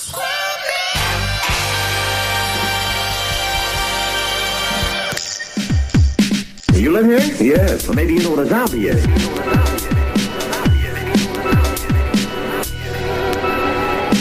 a person dies and is buried, it seems a certain voodoo priest who have the power to bring him back to life. Horrible. It's worse than horrible because a zombie has no will of his own. You see them sometimes. Following orders, not knowing what they do, not caring. You mean like Democrats? Walking around blindly with dead eyes. Like Democrats? It's worse than horrible because a zombie has no will of his own. Like Democrats? Zero collusion, and it has had a negative impact upon the relationship. It's ridiculous. It's ridiculous what's going on. This is utter nonsense. But isn't that natural? Isn't it natural to be sympathetic towards a person who is willing to restore the relationship with our country, who wants to work with us? I was saying to myself the other day, I said, Russia really helped us. I'm not pro-Russia, pro-anybody. I just want to have this country be safe. I don't want nuclear weapons. I don't see any reason why I wouldn't, or why it wouldn't be Russia. Let's go. Make your way out. Racist, sexist, homophobic, xenophobic, Islamophobic, you name it. Racist, sexist, homophobic, xenophobic, racist, sexist, homophobic, xenophobic, racist, sexist, homophobic, xenophobic, xenophobic, xenophobic, xenophobic, xenophobic, you name it. Racist, sexist, homophobic, xenophobic, racist, sexist, homophobic, xenophobic, racist, sexist, homophobic, xenophobic, Islamophobic,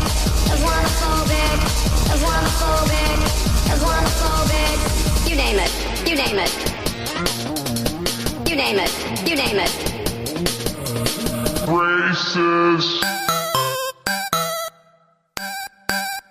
The best podcast in the universe. Mofo. Dvorak.org/NA.